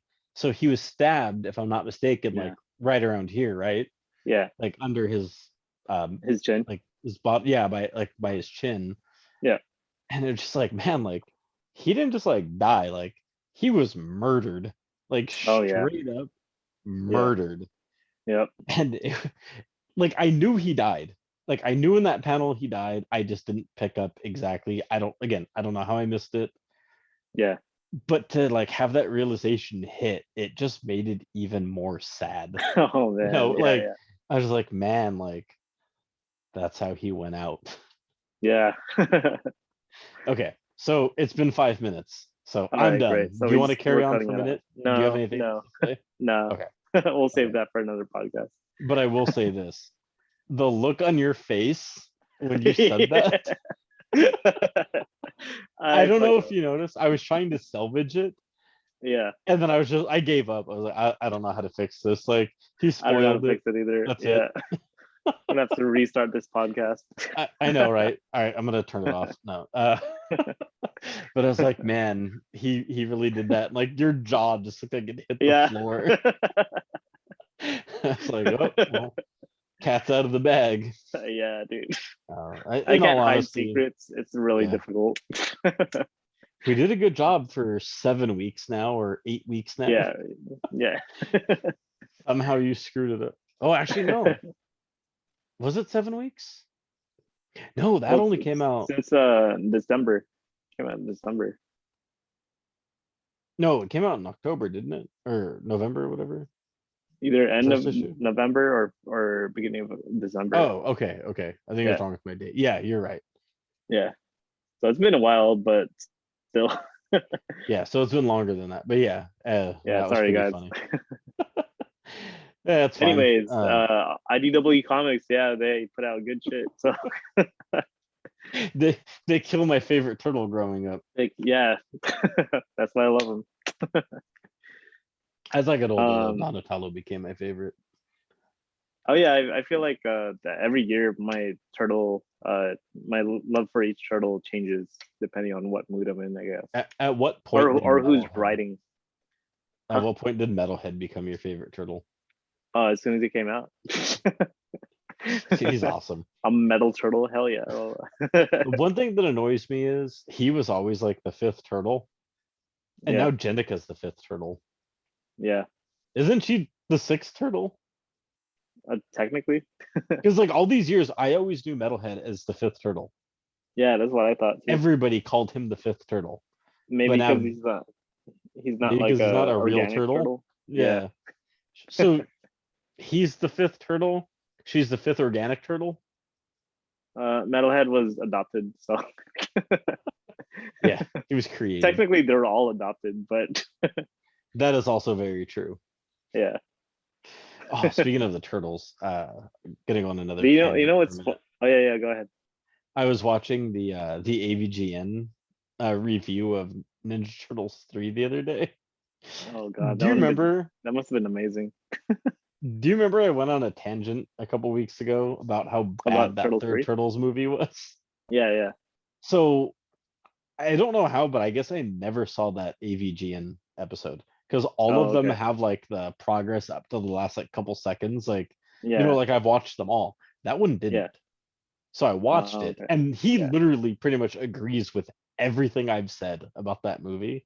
Yeah, he chews and spits it out like of like Yeah, the quality and like just like he the trashed that movie yeah, so hard. Like he even brought up stuff that like I didn't even remember happening. yeah. Like he like I already had like negative opinions of this movie, and he just Mhm. ruined it even more for me. Like I've thought about going back and giving it another watch. Like I have no desire No. to after watching his I've only ever watched it once. yeah, it's so have I. Yeah, It's bad. It's yeah. bad. We should have a viewing of it. You get some I mean, pizza. I think the idea and the concept of the story was kind of cool, but the execution just sucked. Yeah. We should have a turtle watch party. Get some beer and some pizza Oh yeah, totally. and just watch all three movies. I do that at least once a year, except for the third movie. We'll watch all three, but we'll start with that one so we end on a high note with the ninja rap. Yeah. Did you ever watch the TV series, the live Cartoon? action TV series? No, the live action TV series. They had No. like 1 or 2 seasons of it. Mm-mm. Yeah, Was I it the think it same was. actors or voice No, it actors? was. I think it was different, but the animatronic like costumes were. I felt like it was just as bad as the third one. Oh, that's Yeah, rough. but I did like the concept of them making a TV series out of it and like having them team up with the Power Rangers at that time. They're with Yeah, I think it was Power Rangers in space that they teamed up with. nice. So Which that goes was back pretty cool. to IDW. Yeah. Wasn't it IDW who did that run, right? For which one? The Power Rangers and Turtles. Oh no, it was Was it Boom Boom? Damn it. Studios. Yeah. We had this conversation. I could have sworn it Yeah. was IDW who did that. Yeah. Or was it a joint effort or was it 100% Boom? Um it might have been a joint effort, but I know for sure it was Boom Studios Okay. that published it. So it's kind Okay. of like when Marvel and DC do their crossovers back then. Like I'm not exactly sure who published the book or if it was both of them joint. Yeah. So yeah. Okay. Um. All right. So yeah. After did you want to bring up anything about Boom? I mean Boom Studios, IDW. No, I think you covered it. Like they hit things from my early childhood and things Yeah. like from my brother's childhood, who's older than me. Hmm. So things that I kind of grew up with, like Transformers and GI Joe were like a little before my time, but Yeah, I know enough about them because of my older brother, right. like them always being around, like the toys and stuff, Yeah, and him watching them like when I was a kid. And so yeah. I feel like even when they go like a little further back, because they do, are they the ones doing GI Joe? IDW Comics, yeah, Yeah, and they did Transformers, correct? They did yeah, both of them. Yeah. yeah, So it's kind of cool to see that because even though it was a little before my time, I still have yeah. Same here. memories of this stuff. Yeah, And so I get to like, look at this stuff with like some fond memories of like growing up and, with my brother and stuff and all that. And like it's pretty cool, you know. yeah. It's And definitely then definitely nostalgic. yeah, and then it jumps into like my actual childhood where it's like things that I watched, Yeah, and like I enjoyed as a kid. yeah. Oddly enough with oh no, never mind. I almost brought up Boom. So forget Boom. Forget what I was gonna say. I was gonna mention Power Rangers in my time, Oh but yeah, yeah, yeah. yeah, but they're not IDW. So yeah, that's all I want to add to that. Just I like Okay. that it touches on. I think one more series that I was gonna bring up was Lock and Key. I know they came up with a uh Netflix TV series for it, which I haven't watched yet, but I know it's done by the writer Joe Hill, which is the son of Stephen King. So the apple doesn't fall from the tree when when it comes to writing that type of stuff. It's basically like kind of like a horror a supernatural story in a in a abandoned house where the Locke family uh, gives these keys to these specific people, and each key gives them like some kind of power within the house. That's all I kind of know from it. I still haven't read it, but I know it's gonna be good to read, and I heard the TV series was pretty good too. Is it Um, tied to another series, or is it completely standalone? it's a standalone one, but I know recently they tied it to the Sandman universe, which is Okay, very interesting. that's what I thought because I always thought they were separate stories, and Yeah, they were. I know you know what I'm talking about. I'm gonna be super Uh-huh. vague because I don't know how to describe it, but Yeah, everything that Sandman on the top has this weird like arc on yeah, the cover. Do you know what I'm talking yeah, about?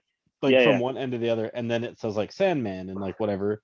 Something I saw with Lock and Key had something very similar to that, and it made me Oh, think okay. Sandman, but Yeah, nowhere did I see that it was related to Sandman, but it all like I kept yeah. associating the two for some Right, reason. right. I think they Sandman has definitely like expanded their universe, and one of them that was expanded to was the Lucifer series, and also Books of Magic, I believe. I still haven't gotten the omnibus for that, but I know that's tied into the Sandman universe as well. So that's What's pretty the interesting. one next to, is that Lucifer you said? Yeah, what's next to that? Is that Preacher? Yeah, that's Preacher. Okay. And Yeah. then So this is basically jumping into the Vertigo publishing company, which is now currently Black Label from DC. yeah. So there was another one. Is it Constantine? The Yeah, Hellblazer Constantine? yeah, That's also connected to a lot of the stuff, right? I think so. Yeah, Okay. I'm not going crazy. Because I yeah, know because like, I oh, go think ahead. they came out with an omnibus called Hellblazer. So I think the same character is called John Constantine. I'm just not completely sure. Okay, but it's all is it part of Vertigo as well? Hellblazer, I believe so. Yeah. Okay. This is stuff that I've never read. Like I see it all the time. I've just never read it. Yeah, yeah, me Been neither. I've been trying to forever. tie down. I've been trying to like get all the Sandman stuff because I was very intrigued by your collection back then. That I just wanted to pick everything up because Yeah, you know with the Sandman everyone, stuff I owned.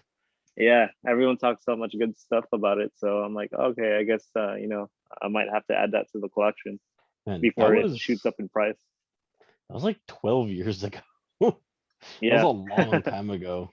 yeah, because Yeah. I think when you told me about your comic book collection, I was interested as well. But I know we were both into video game collecting like Yeah. very hard. So I think around that time is also around the same time my friends started slowly getting me back into comics, and that's when I read Avengers Disassembled, Civil Oh War, yeah. House of M, and Planet Hulk and whatnot. So whenever you finish that, I finished it. did you really? No. I I completely was forgot about it, to be honest with you. I started oh, speaking of Vertigo, I started reading The Watchmen again. oh, sweet, nice. Yeah, so I'm not very far. I'm just reading it on like my lunch breaks. Like This I'm is not a reading it at home. this is a reread or first Um, time? sort of, because remember I had owned it back when I was Hmm. living with the roommates in Norwalk, Right, right, yeah, and when I bought your MR2 back then, yeah. I missed that car, I missed that Mister. card too. I missed it, Mister Two. Yeah, Mark One, Mister Two. I owned one. you know what's funny? Luis from Comics Podcast used to own one too. That's awesome. Yeah. I love them even more now, knowing that he owned an MR2. Yeah, I I told him, dude, like we should all like buy some Gen 1 Mark 1 MR2s and have a car club. That'd be awesome. They're Oh still man, fairly cheap to get, so dude, they shot up. Remember the guy we used to work with, Malhar? yeah, Like we had bought ours for like a few $100s. under a He grand. paid he paid almost 2 grand, I think, for his because he had Yeah, to have some work done to it. He yeah, paid 2 grand, and it was the same year as mine. It was an yeah, '86 manual. yeah. Yeah, and because you had an '86 and an '88 Yeah, I had a 86 and a 89 supercharged. or So '89. that There was, you go. yeah. Hmm. Yeah, and I bought the '86 from Yeah. you, and Hmm.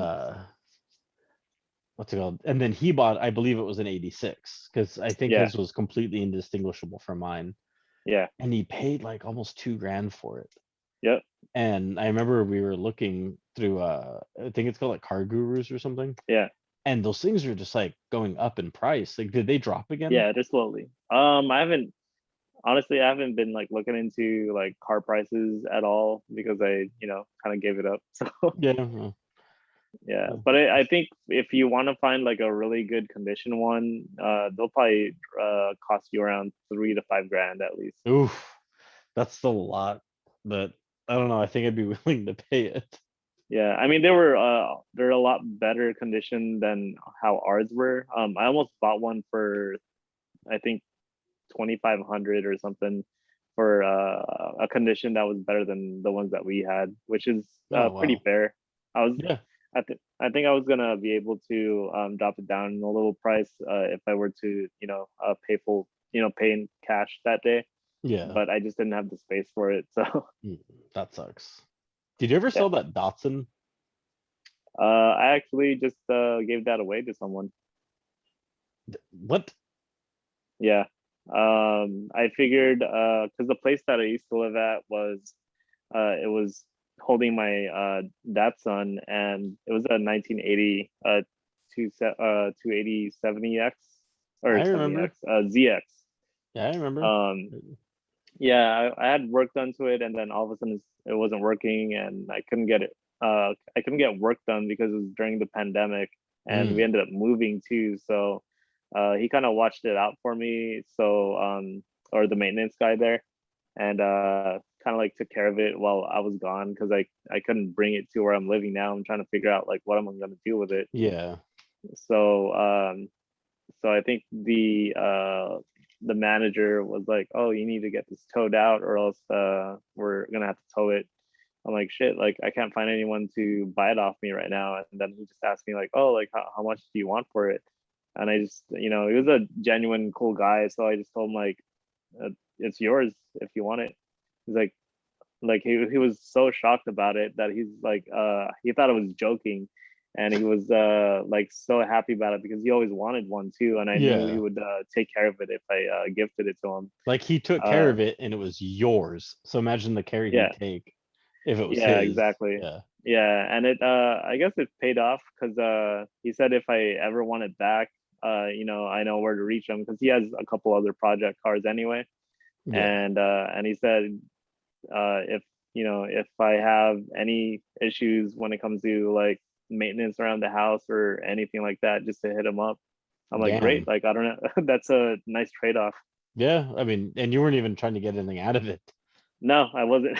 That's If anything, he awesome. was helping me out. Like, I Yeah, mean, it sucks that I lost money out of it, but like, yeah. lesson learned when it comes to uh investing Project money into cars. like project cars. Yeah, Project cars are a money sink. before you have a house. Yeah.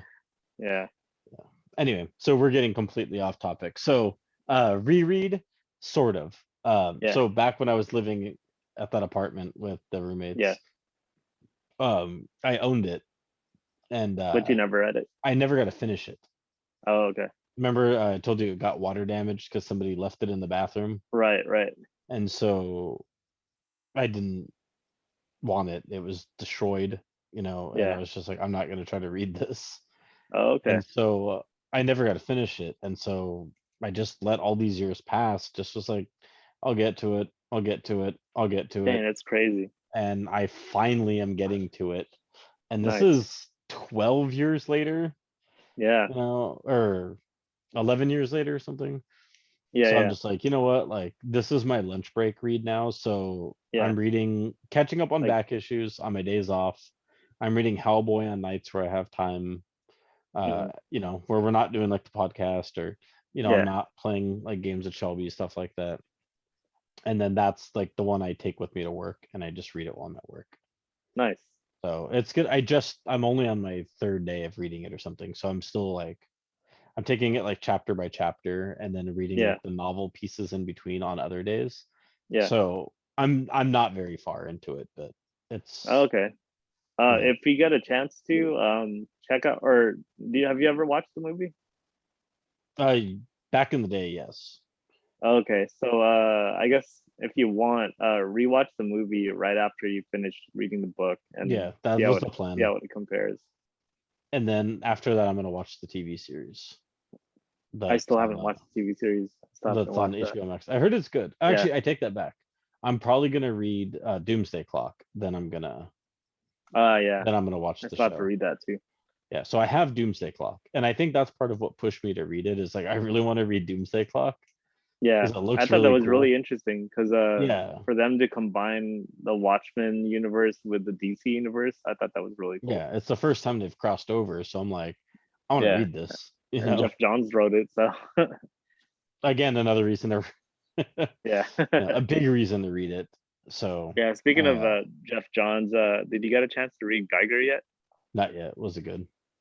Yeah, I really liked it. Nice, Yeah. nice. Oh, so we're gonna talk about this on another podcast, but I just want to know your initial reaction.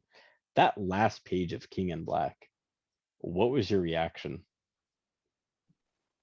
I mean, like, I didn't know what to expect, but But when you read that final bubble on the very yeah, last page, I was definitely shocked, but I did not expect that. uh, I'm not gonna elaborate on this, but Yeah. think about the main cover for Venom 35. It makes perfect sense. We should have all seen this coming. Oh yeah, yeah. I get Well, that now. what when I did see that, I had some kind of assumption about the throne or whatever. So that's why I was like, huh. But I never thought that Don't say it it. would. I never thought it would Don't be relate specific. to what I read in the bubble. Yeah, like I kind of like suspected something too, but Hmm. again, like now that I've read it, it's just like that cover is a dead giveaway. But Yeah, I don't feel like what I'm saying is spoiling it, because if I don't outright say what that final bubble is, yeah. people are going to think like you see a throne, but it doesn't mean anything It until you doesn't. know It what's doesn't in mean. that Yeah, final bubble. yeah. You know, Exactly. because that final bubble only has the impact it does because of the previous two pages.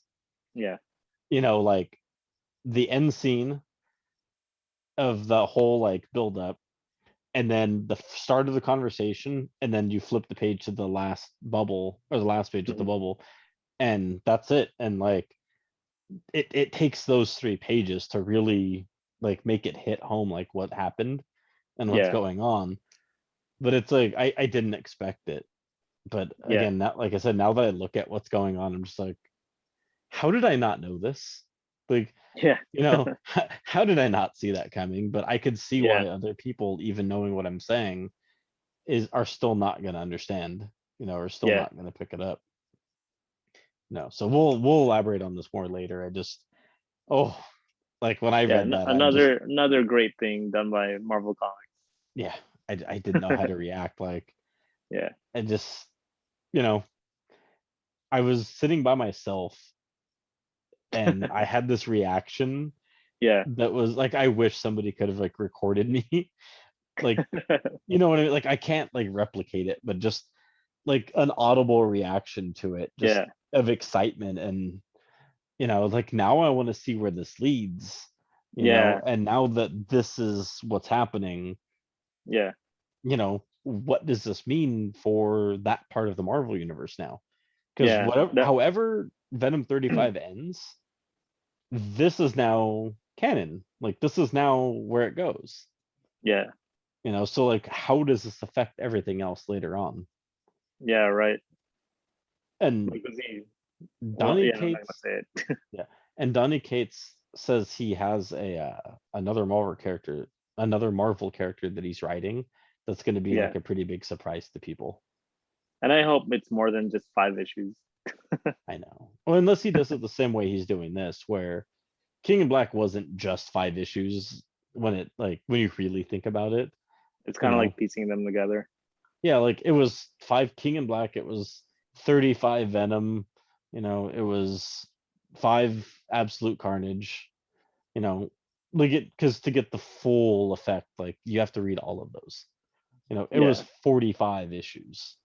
yeah. But I mean, like, if just writing a solo character, like kind of like Silver Surfer Black, like I Mm. really wish he did at least 10 issues. Oh, I know what you're saying. Okay, I get what But you're saying. that's another story that like I had almost the same reaction to reading King in Black. By the time I finished reading Silver Surfer Black, I was just Yeah. amazed by it.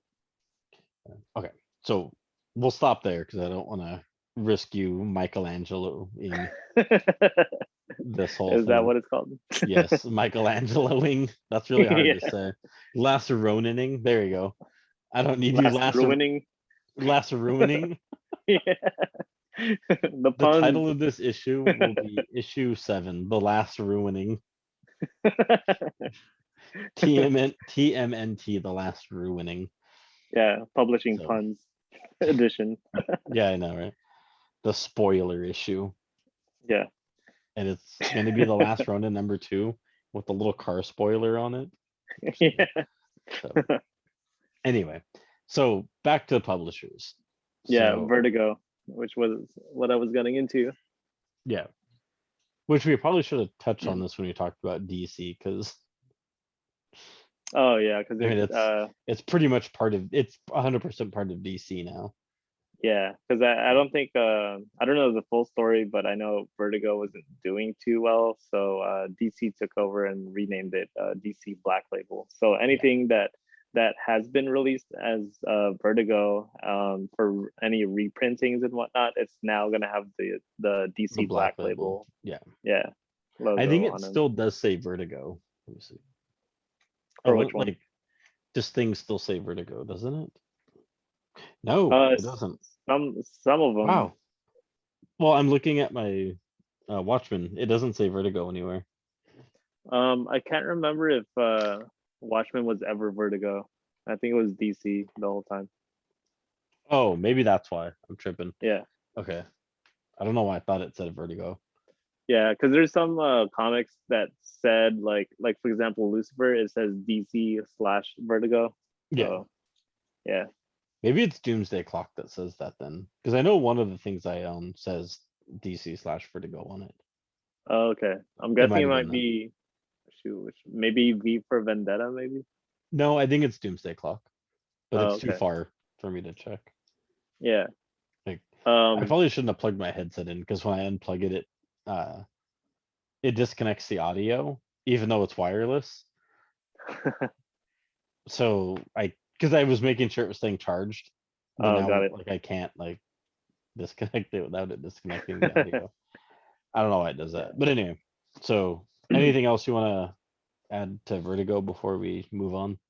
Vertigo is definitely a weird publishing company that put out certain titles and whatnot. It's very hard to distinguish what type of stories that they put out. It's almost kind of like Image Comics, where they put out like a bunch of different genres and good quality, obviously, and they're just kind of all over the place as well. But the ones that I do recommend that Vertigo put out are um, Preacher, Sandman, Why the Last Man, uh, American Vampire, and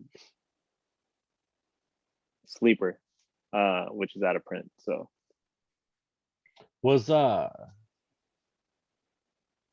something you mentioned. Whoa, why am I drawing a for blank Vertigo, here?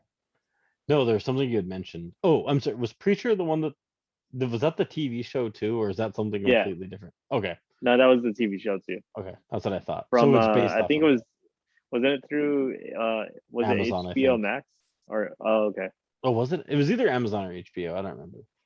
yeah, But it was like I never watched it because I didn't have either at the time, or have any yeah, like I I had heard it was really Netflix and good. Hulu. If it wasn't on Mhm. Netflix or Hulu at the time, I didn't watch Yeah, it. Hell, if even if it was, I probably didn't watch it because yeah, I I tend to not catch up on things. yeah, same. Yeah. So uh yeah, like you said, I've heard Preacher was really good. Something I've wanted to Hmm. watch. I've yet to watch it. But now that I'm jumping back more into the comic book world and collecting, like I want to read the stuff before I watch it. And I'm kind of glad I Yeah, didn't I watch agree. it, you know. Yeah, So the Preacher show is gonna sit on the back burner, just like people keep telling me like, oh, watch the Watchmen movie if you're reading it. Like, no, gonna finish it first. yeah. You know, I want to go back and watch the Hellboy movies now, and it just like, but I want to finish reading it. I don't even know if it directly ties into it, but it's like, I don't think so. but like I want to read them, you know. Yeah, Keep in mind, I never saw the Hellboy movies yeah, because Ron Perlman. That's it. Because Ron, yeah. there's no punchline to that. Like that was it. I didn't want to watch it because of Ron Perlman. He looked ridiculous, Yeah, and he was great in Sons of Anarchy. Don't get me wrong, but like yeah, I don't know, like it just didn't look good. It had zero appeal. It looked like this like bootleg, like low budget, like wannabe, like comic book movie. yeah, That's exactly. I mean, it was a comic book movie, but it looked like such as like a terrible version of it. But like now that I'm reading it and yeah. I'm looking back at it, I'm just like, no, you know what? Like I think I kind of get where they went with it. Right, right. Like it's not as like bad as like I thought it looked. And Yeah. like people bring it up to me when they find out I'm reading Hellboy, and they're just like, no, they were good, like Hmm. both of them. So I'm like, damn it, like I should probably just watch them. Yeah. I mean, I haven't watched those since they first came out, honestly. So I don't know if they age well or not. Probably not. That's one thing I am worried about. Yeah.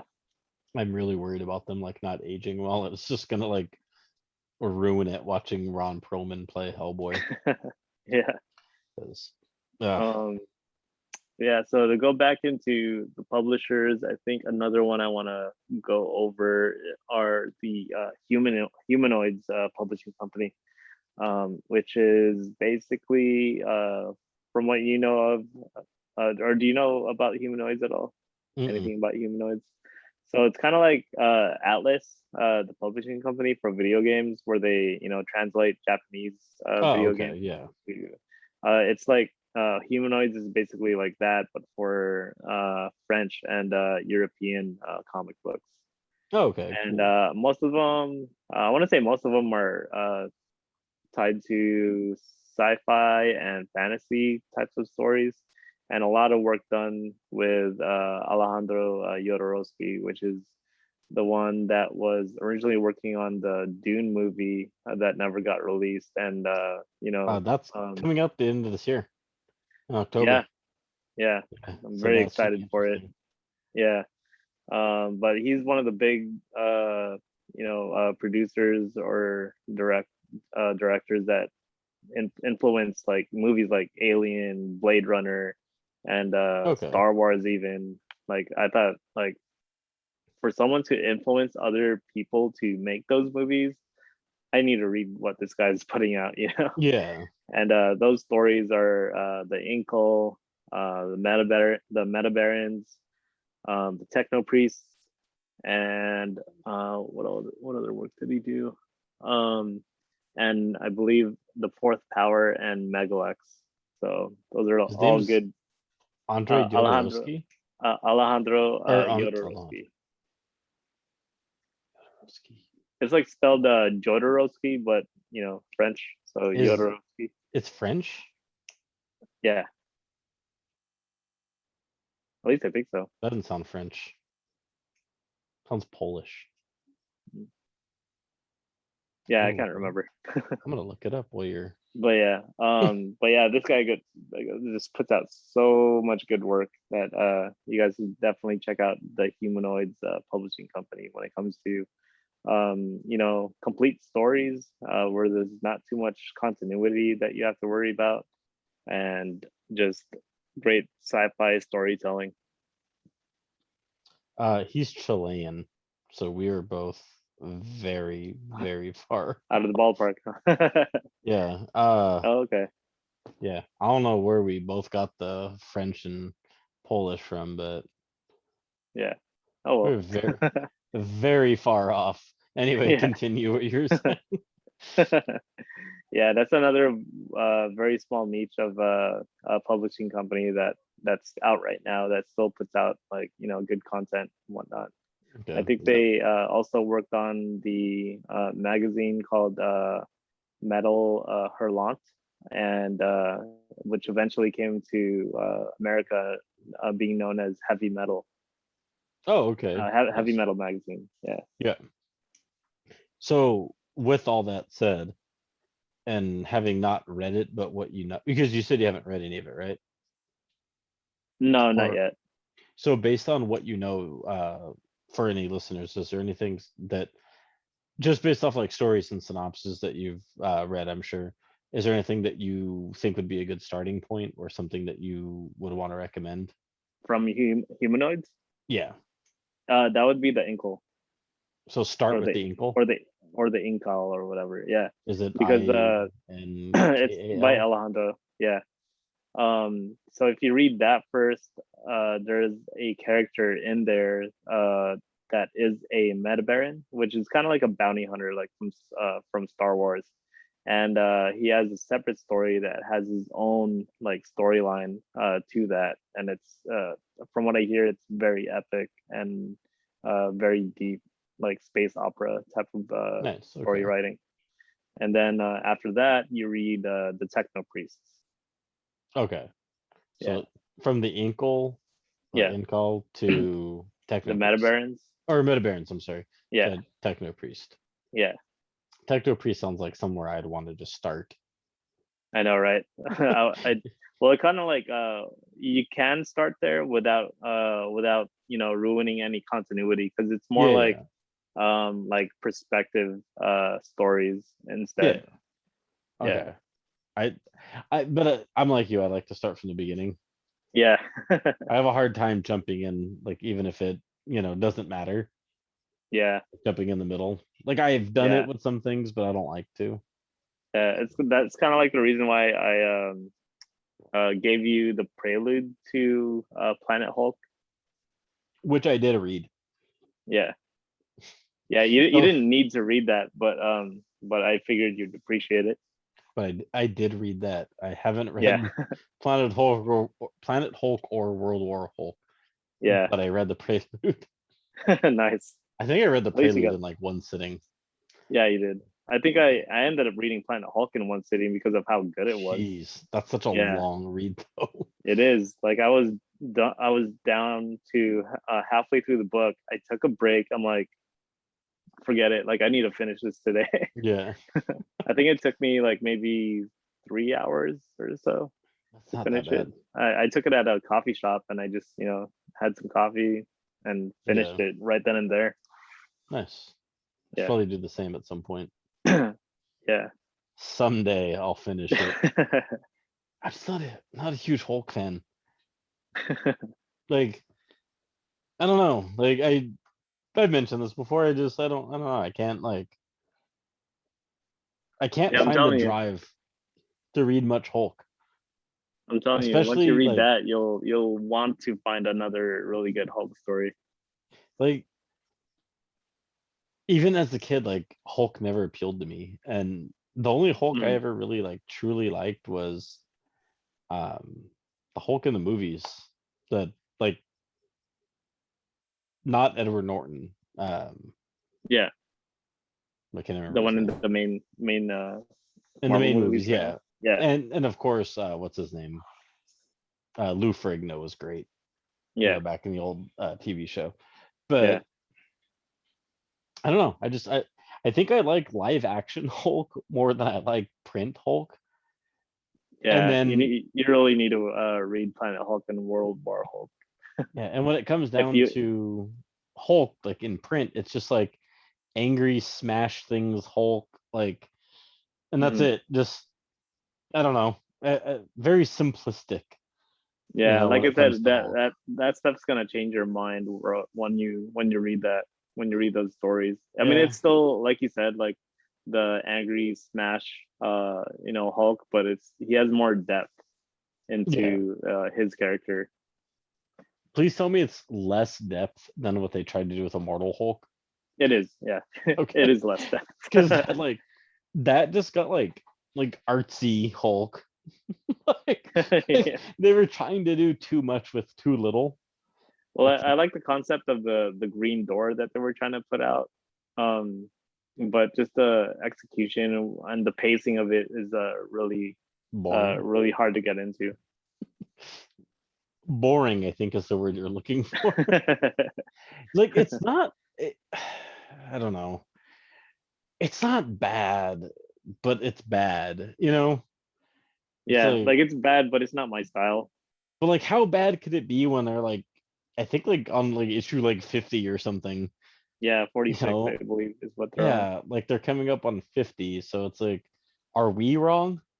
I mean, it's kind of like the same with Nick Spencer's Spider-Man. It's on issue like what 52, 53, and like 63 just came out. oh my god, like I have Yeah. no drive to even like want to read that. And the only drive that I have to want to read that series is Ryan Otley's art on Spider-Man on the first, I don't know, like 30 issues or something. Yeah.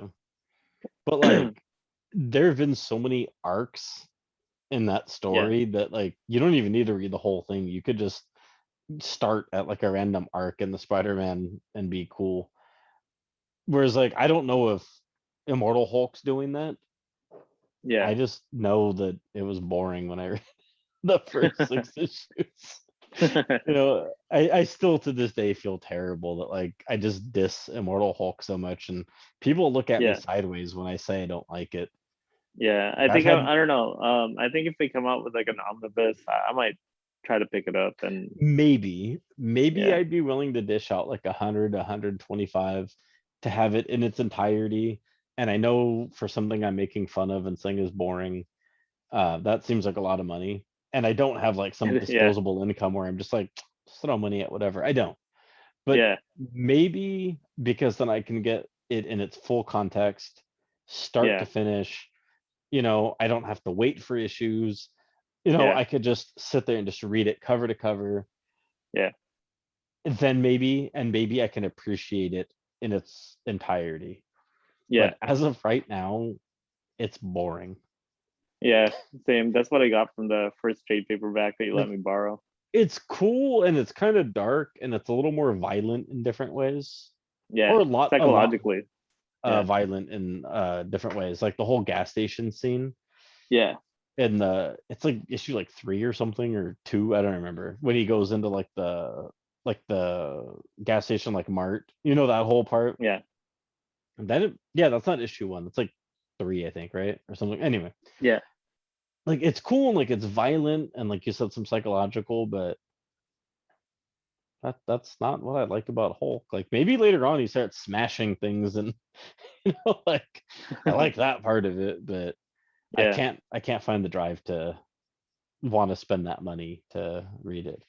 yeah, same here. No. I think that's where it's kind of killing me. And I think I have I don't remember what issue it is, but I have like a director's cut of like one of the issues. Yeah, And I've thought about just like reading it to see if maybe like there's some insight in this director's cut that I could read that might like inspire me to read it. yeah. But I'm having a hard time wanting to dig that out and find time to read that, you know. Right.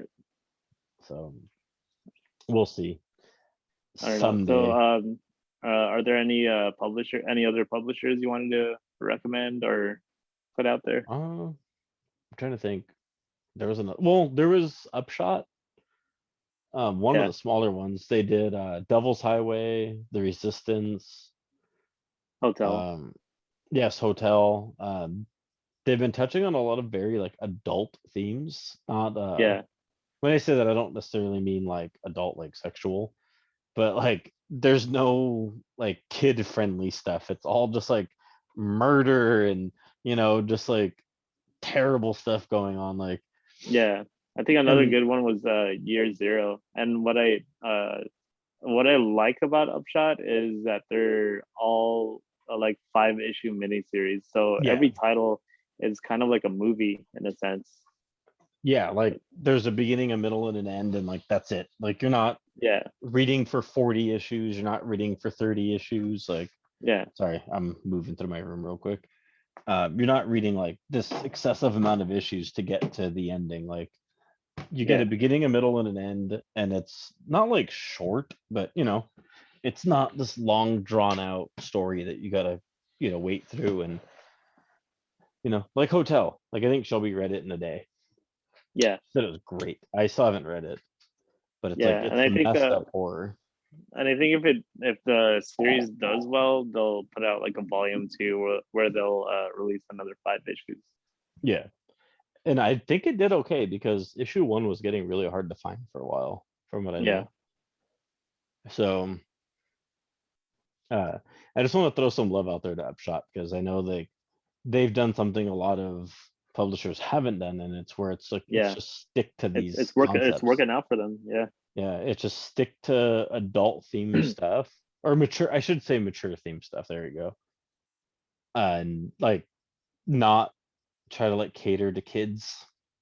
Just pure, just like gore, like blood, like horror, psychological, like yeah, action that's not like superhero, but not like fun and over the top like Berserker.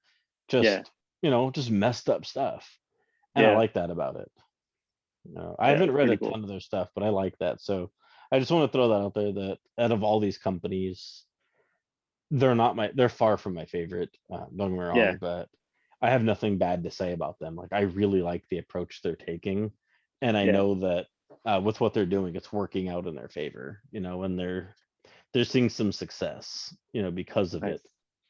Nice. They're doing something nobody else will do. Yeah, Oh, yeah. I'm sorry. Another one. Oh, was that? One thing I want to mention, this is way down the line, but something that you had mentioned earlier that I forgot to bring up.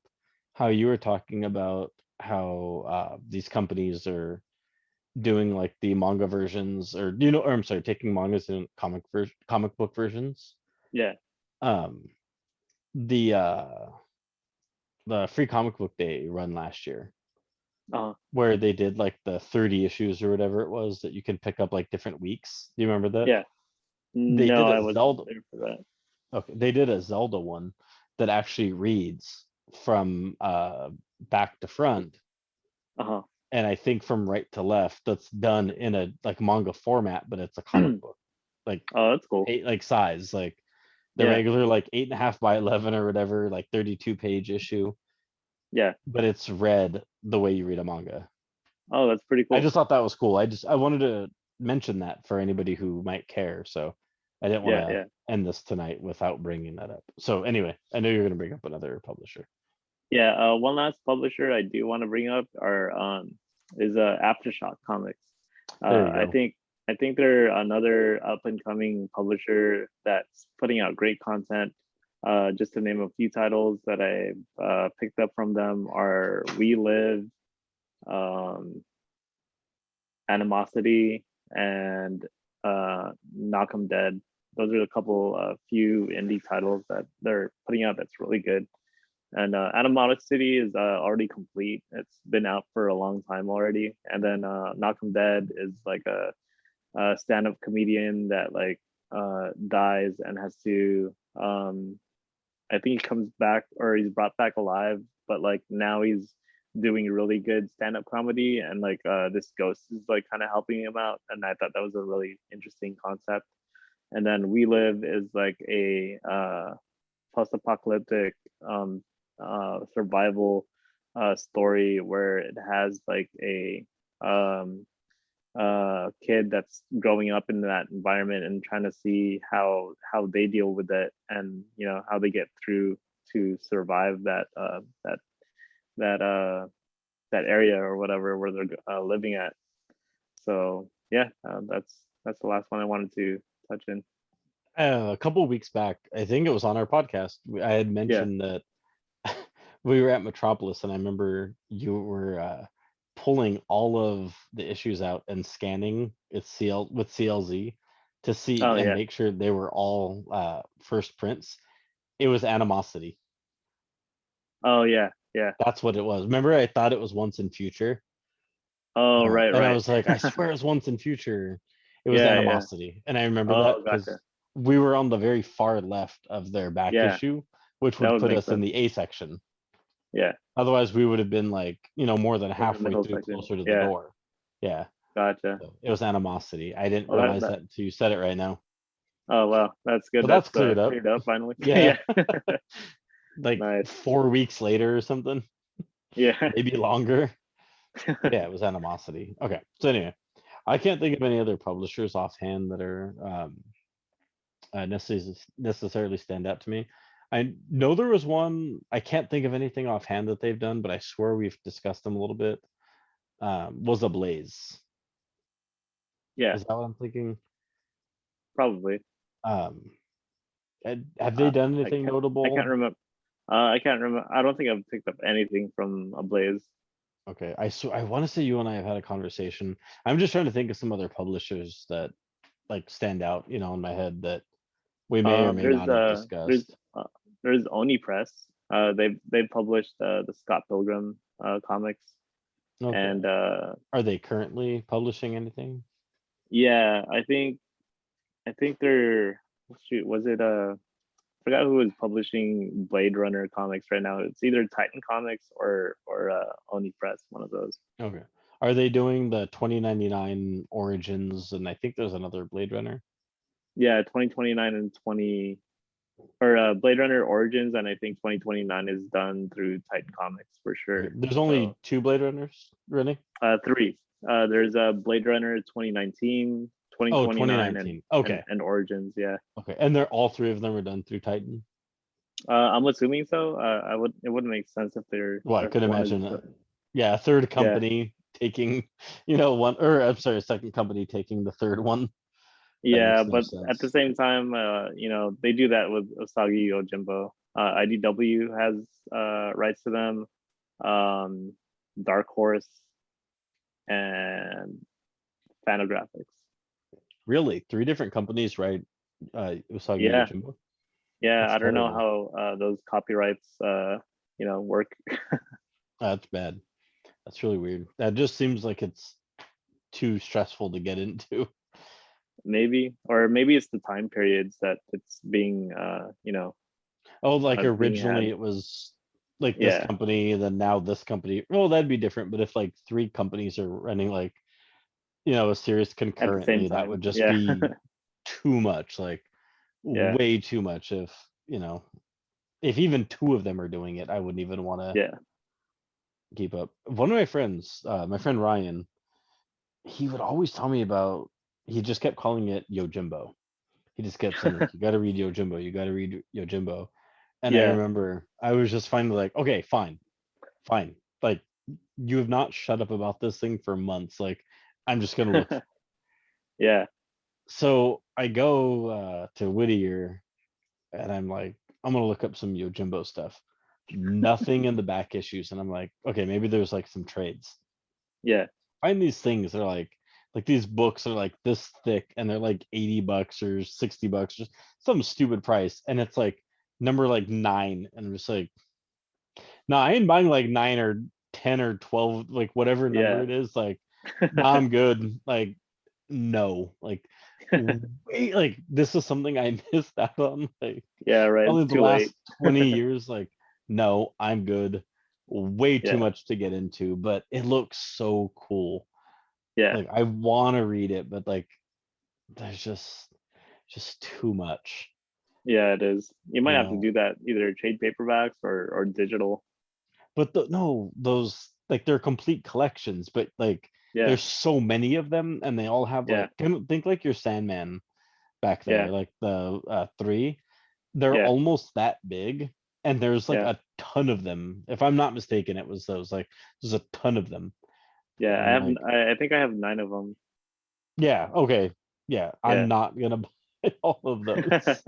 I was like, Yeah. this They're is really expensive and way out of print too. So yeah, and like I saw a couple of them for sale, but I didn't see like number 1 or like yeah. 2 or 3 or anything. It was like some random number thrown in there, and I'm just like, Yeah. nope. I think if you are really interested in checking it out, IDW is reprinting them in color for the first time. So Oh, they really? did, yeah, they just came out with it's the Oh, Osagi Yojimbo Origins volume 1 that just came out. So I actually got it is because it a hardcover or trade paperback. So it's okay? And it's in I think full it was color. only like 24.99 or something. Yeah. Okay, and it's kind of like The Walking Dead Deluxe, like same idea. Yeah. Okay, maybe I will. Maybe that'll be my introduction to this because now I could like buy them and read them as they're released instead of Yeah, because having to that's buy the nine yeah, volumes. because this volume is the like the first original stories that Okay, first came out, so they'll be in continuity. this might be a good time to jump in then. Maybe I can finally do it. Yeah, before it goes out of print. So I'm assuming he's read at least most of it with the way he yeah. talks about how good it is. Oh, okay. And Yeah, because I still he haven't read it.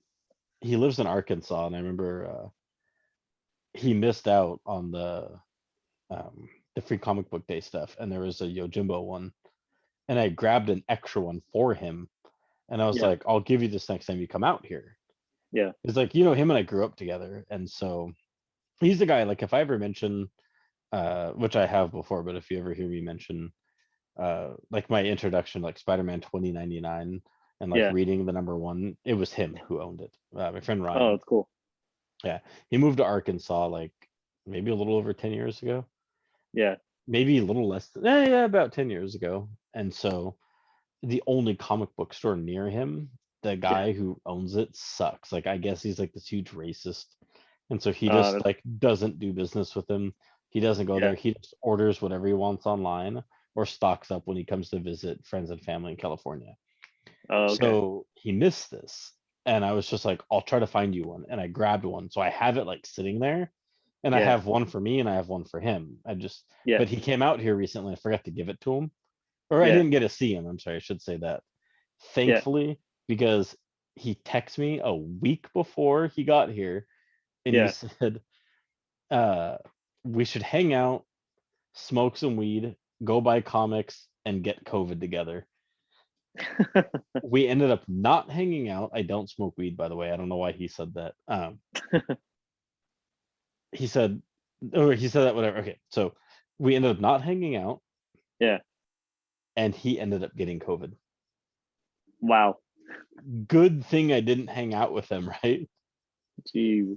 Like, and I was bummed that I missed him. Like, that like Talking he about was out jinxing here. it. Yeah. Yeah, but like he was out here, like a Yeah. mile from my house. Like I could have just like found Here any you minute go. of the Yeah. day to like go meet up with him.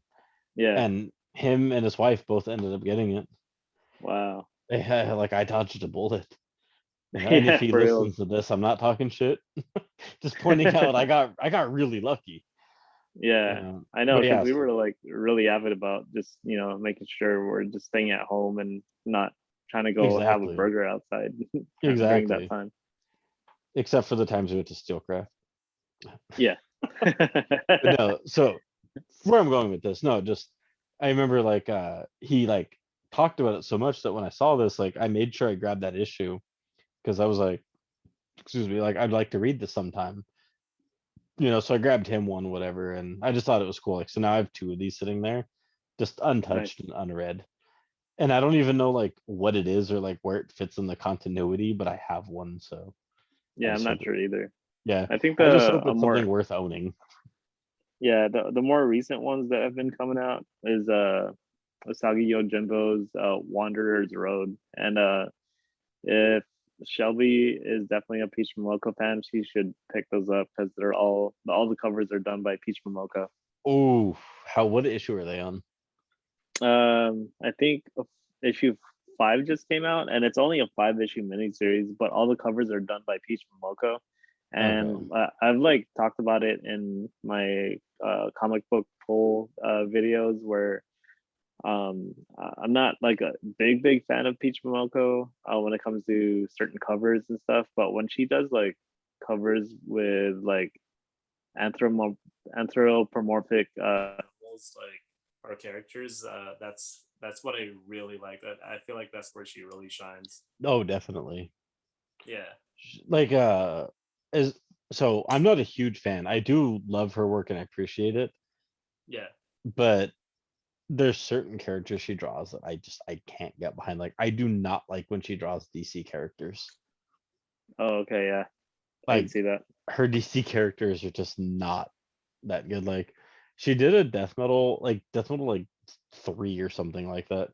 Oh yeah, with the And Flash or something. no, it was like Or that was almost like the separate. full cover was the Batman Who Laughs. Like Yeah. a chunk of the cover. And people were going nuts over this thing. And like I'm looking at it just like it's $25 on a release, Yeah. because it was like the 1 in 25 or 1 in whatever. I And think I'm I just remember that. like I don't even know if like I'd want to pay cover price for this. Like Yeah. it didn't look that good. No, it didn't. And I think the other one that she did was Speed Metal. I'm sorry. I was completely wrong. It was Speed Metal that I'm talking about. Oh yeah, yeah. That's the one. We both saw that morning, and we're like, dude, And we I both had a actually, chance to buy it. yeah. And I was like, I actually like the main cover a lot better than than the I Peach think Momoko cover. if I'm not mistaken, they had a stack of them. They were the 1 in 25s, I think. They Yeah, were only $25. All three of us could have easily bought it, and none of yeah, us chose to grab it because it just didn't look yeah. good. No, yeah. You I know, passed up on it. yeah, and I have no regrets. As much Yeah, as I same love here. like the metal and death metal, like I had no regrets not picking that up. Yeah, And I still don't. but going back to the Osagi Yojimbo covers, Wanderer's Road, Yeah, I actually like all of them, so they're and I all paid, good. yeah, and I paid what, like cover price or less for them, so Are they still available at cover price? they should be, yeah. Okay, maybe I'll try to find them. I don't see too many people picking it up. I Well, I did guess when I might have an extra copy of the LCSD that came out, the okay, issue 1. So if you want that, I'll set one aside for you. yeah, we'll talk about that later. Yeah. Um, what's I gonna say about that? I guess if they're all number ones and main covers, they're the more mass produced cover. So I guess they Mm. shouldn't be too expensive, right? Unless like No, I they've guess gone so. completely out of print and like they were only limited run, but chances are Yeah. they like if it just finished, I should so probably be able to find them, right? No, I yeah, you imagine should be for at able least to. a decent price, Yeah. even if it's At like a least at my small shop, markup. I think they still have them. Hell, pick up the set for me next time you go, and I'll Okay. just Yeah, I'll try to pick Zell them you up the for you. money Yeah. or Venmo you the money Yeah. And this is for you or for Shelby? for her. For her, Oh, okay. For sure. yeah, yeah, because I know she'll want them. Okay. So I'll just. She's never read any Usagi or Soggy Jimbo, Ojimbo. but Yeah. any Momoko cover she can get, I'm sure she'll love it. Yeah, I figured. Cool. Yeah. So Yeah. So it's getting pretty late into our podcast already. So I yes, think it we is. might end it here. So for those of you tuning in and have made it this far, I thank you and appreciate the support. If you guys have any ideas whatsoever into what you guys want to see next issue or future podcast issues, just feel free to comment down below. If you guys like the content that we're putting out, please give us a like and subscribe to us so you can see what we're putting out every week. Eventually, we'll get onto Spotify, and if you're interested in more consistent content from us, check us out on Instagram at comiXalliance. That's COMIXALLIANCE, and you'll find us posting our weekly comic book day pulls and comic book of the week and other geeky and nerdy stuff on there. So yeah, I just want to say thanks again, guys. Do you have anything for them, Joe? I just want to say thank you if you've made it this far. Hell, even if you jumped ahead, Yeah. just thank you for listening in general. I Yep, appreciate yep. it. And I'm just gonna go ahead and plug our friends at Comics Podcast. They Yeah, are of also course. COMIX, not to be confused with us, but it's just COMIX, just podcast. You can find them on Yep. Instagram, YouTube, and Spotify. Cool guys and girl. Um, Yeah. really fun to listen to. They talk more about like current events and movies and stuff, all related to comics. Really good people. Check them out. Yep. I agree. All right, All and right, guys. So thank you. that'll be it. And we'll see you guys again on next comic book issue. All right, See good ya. night.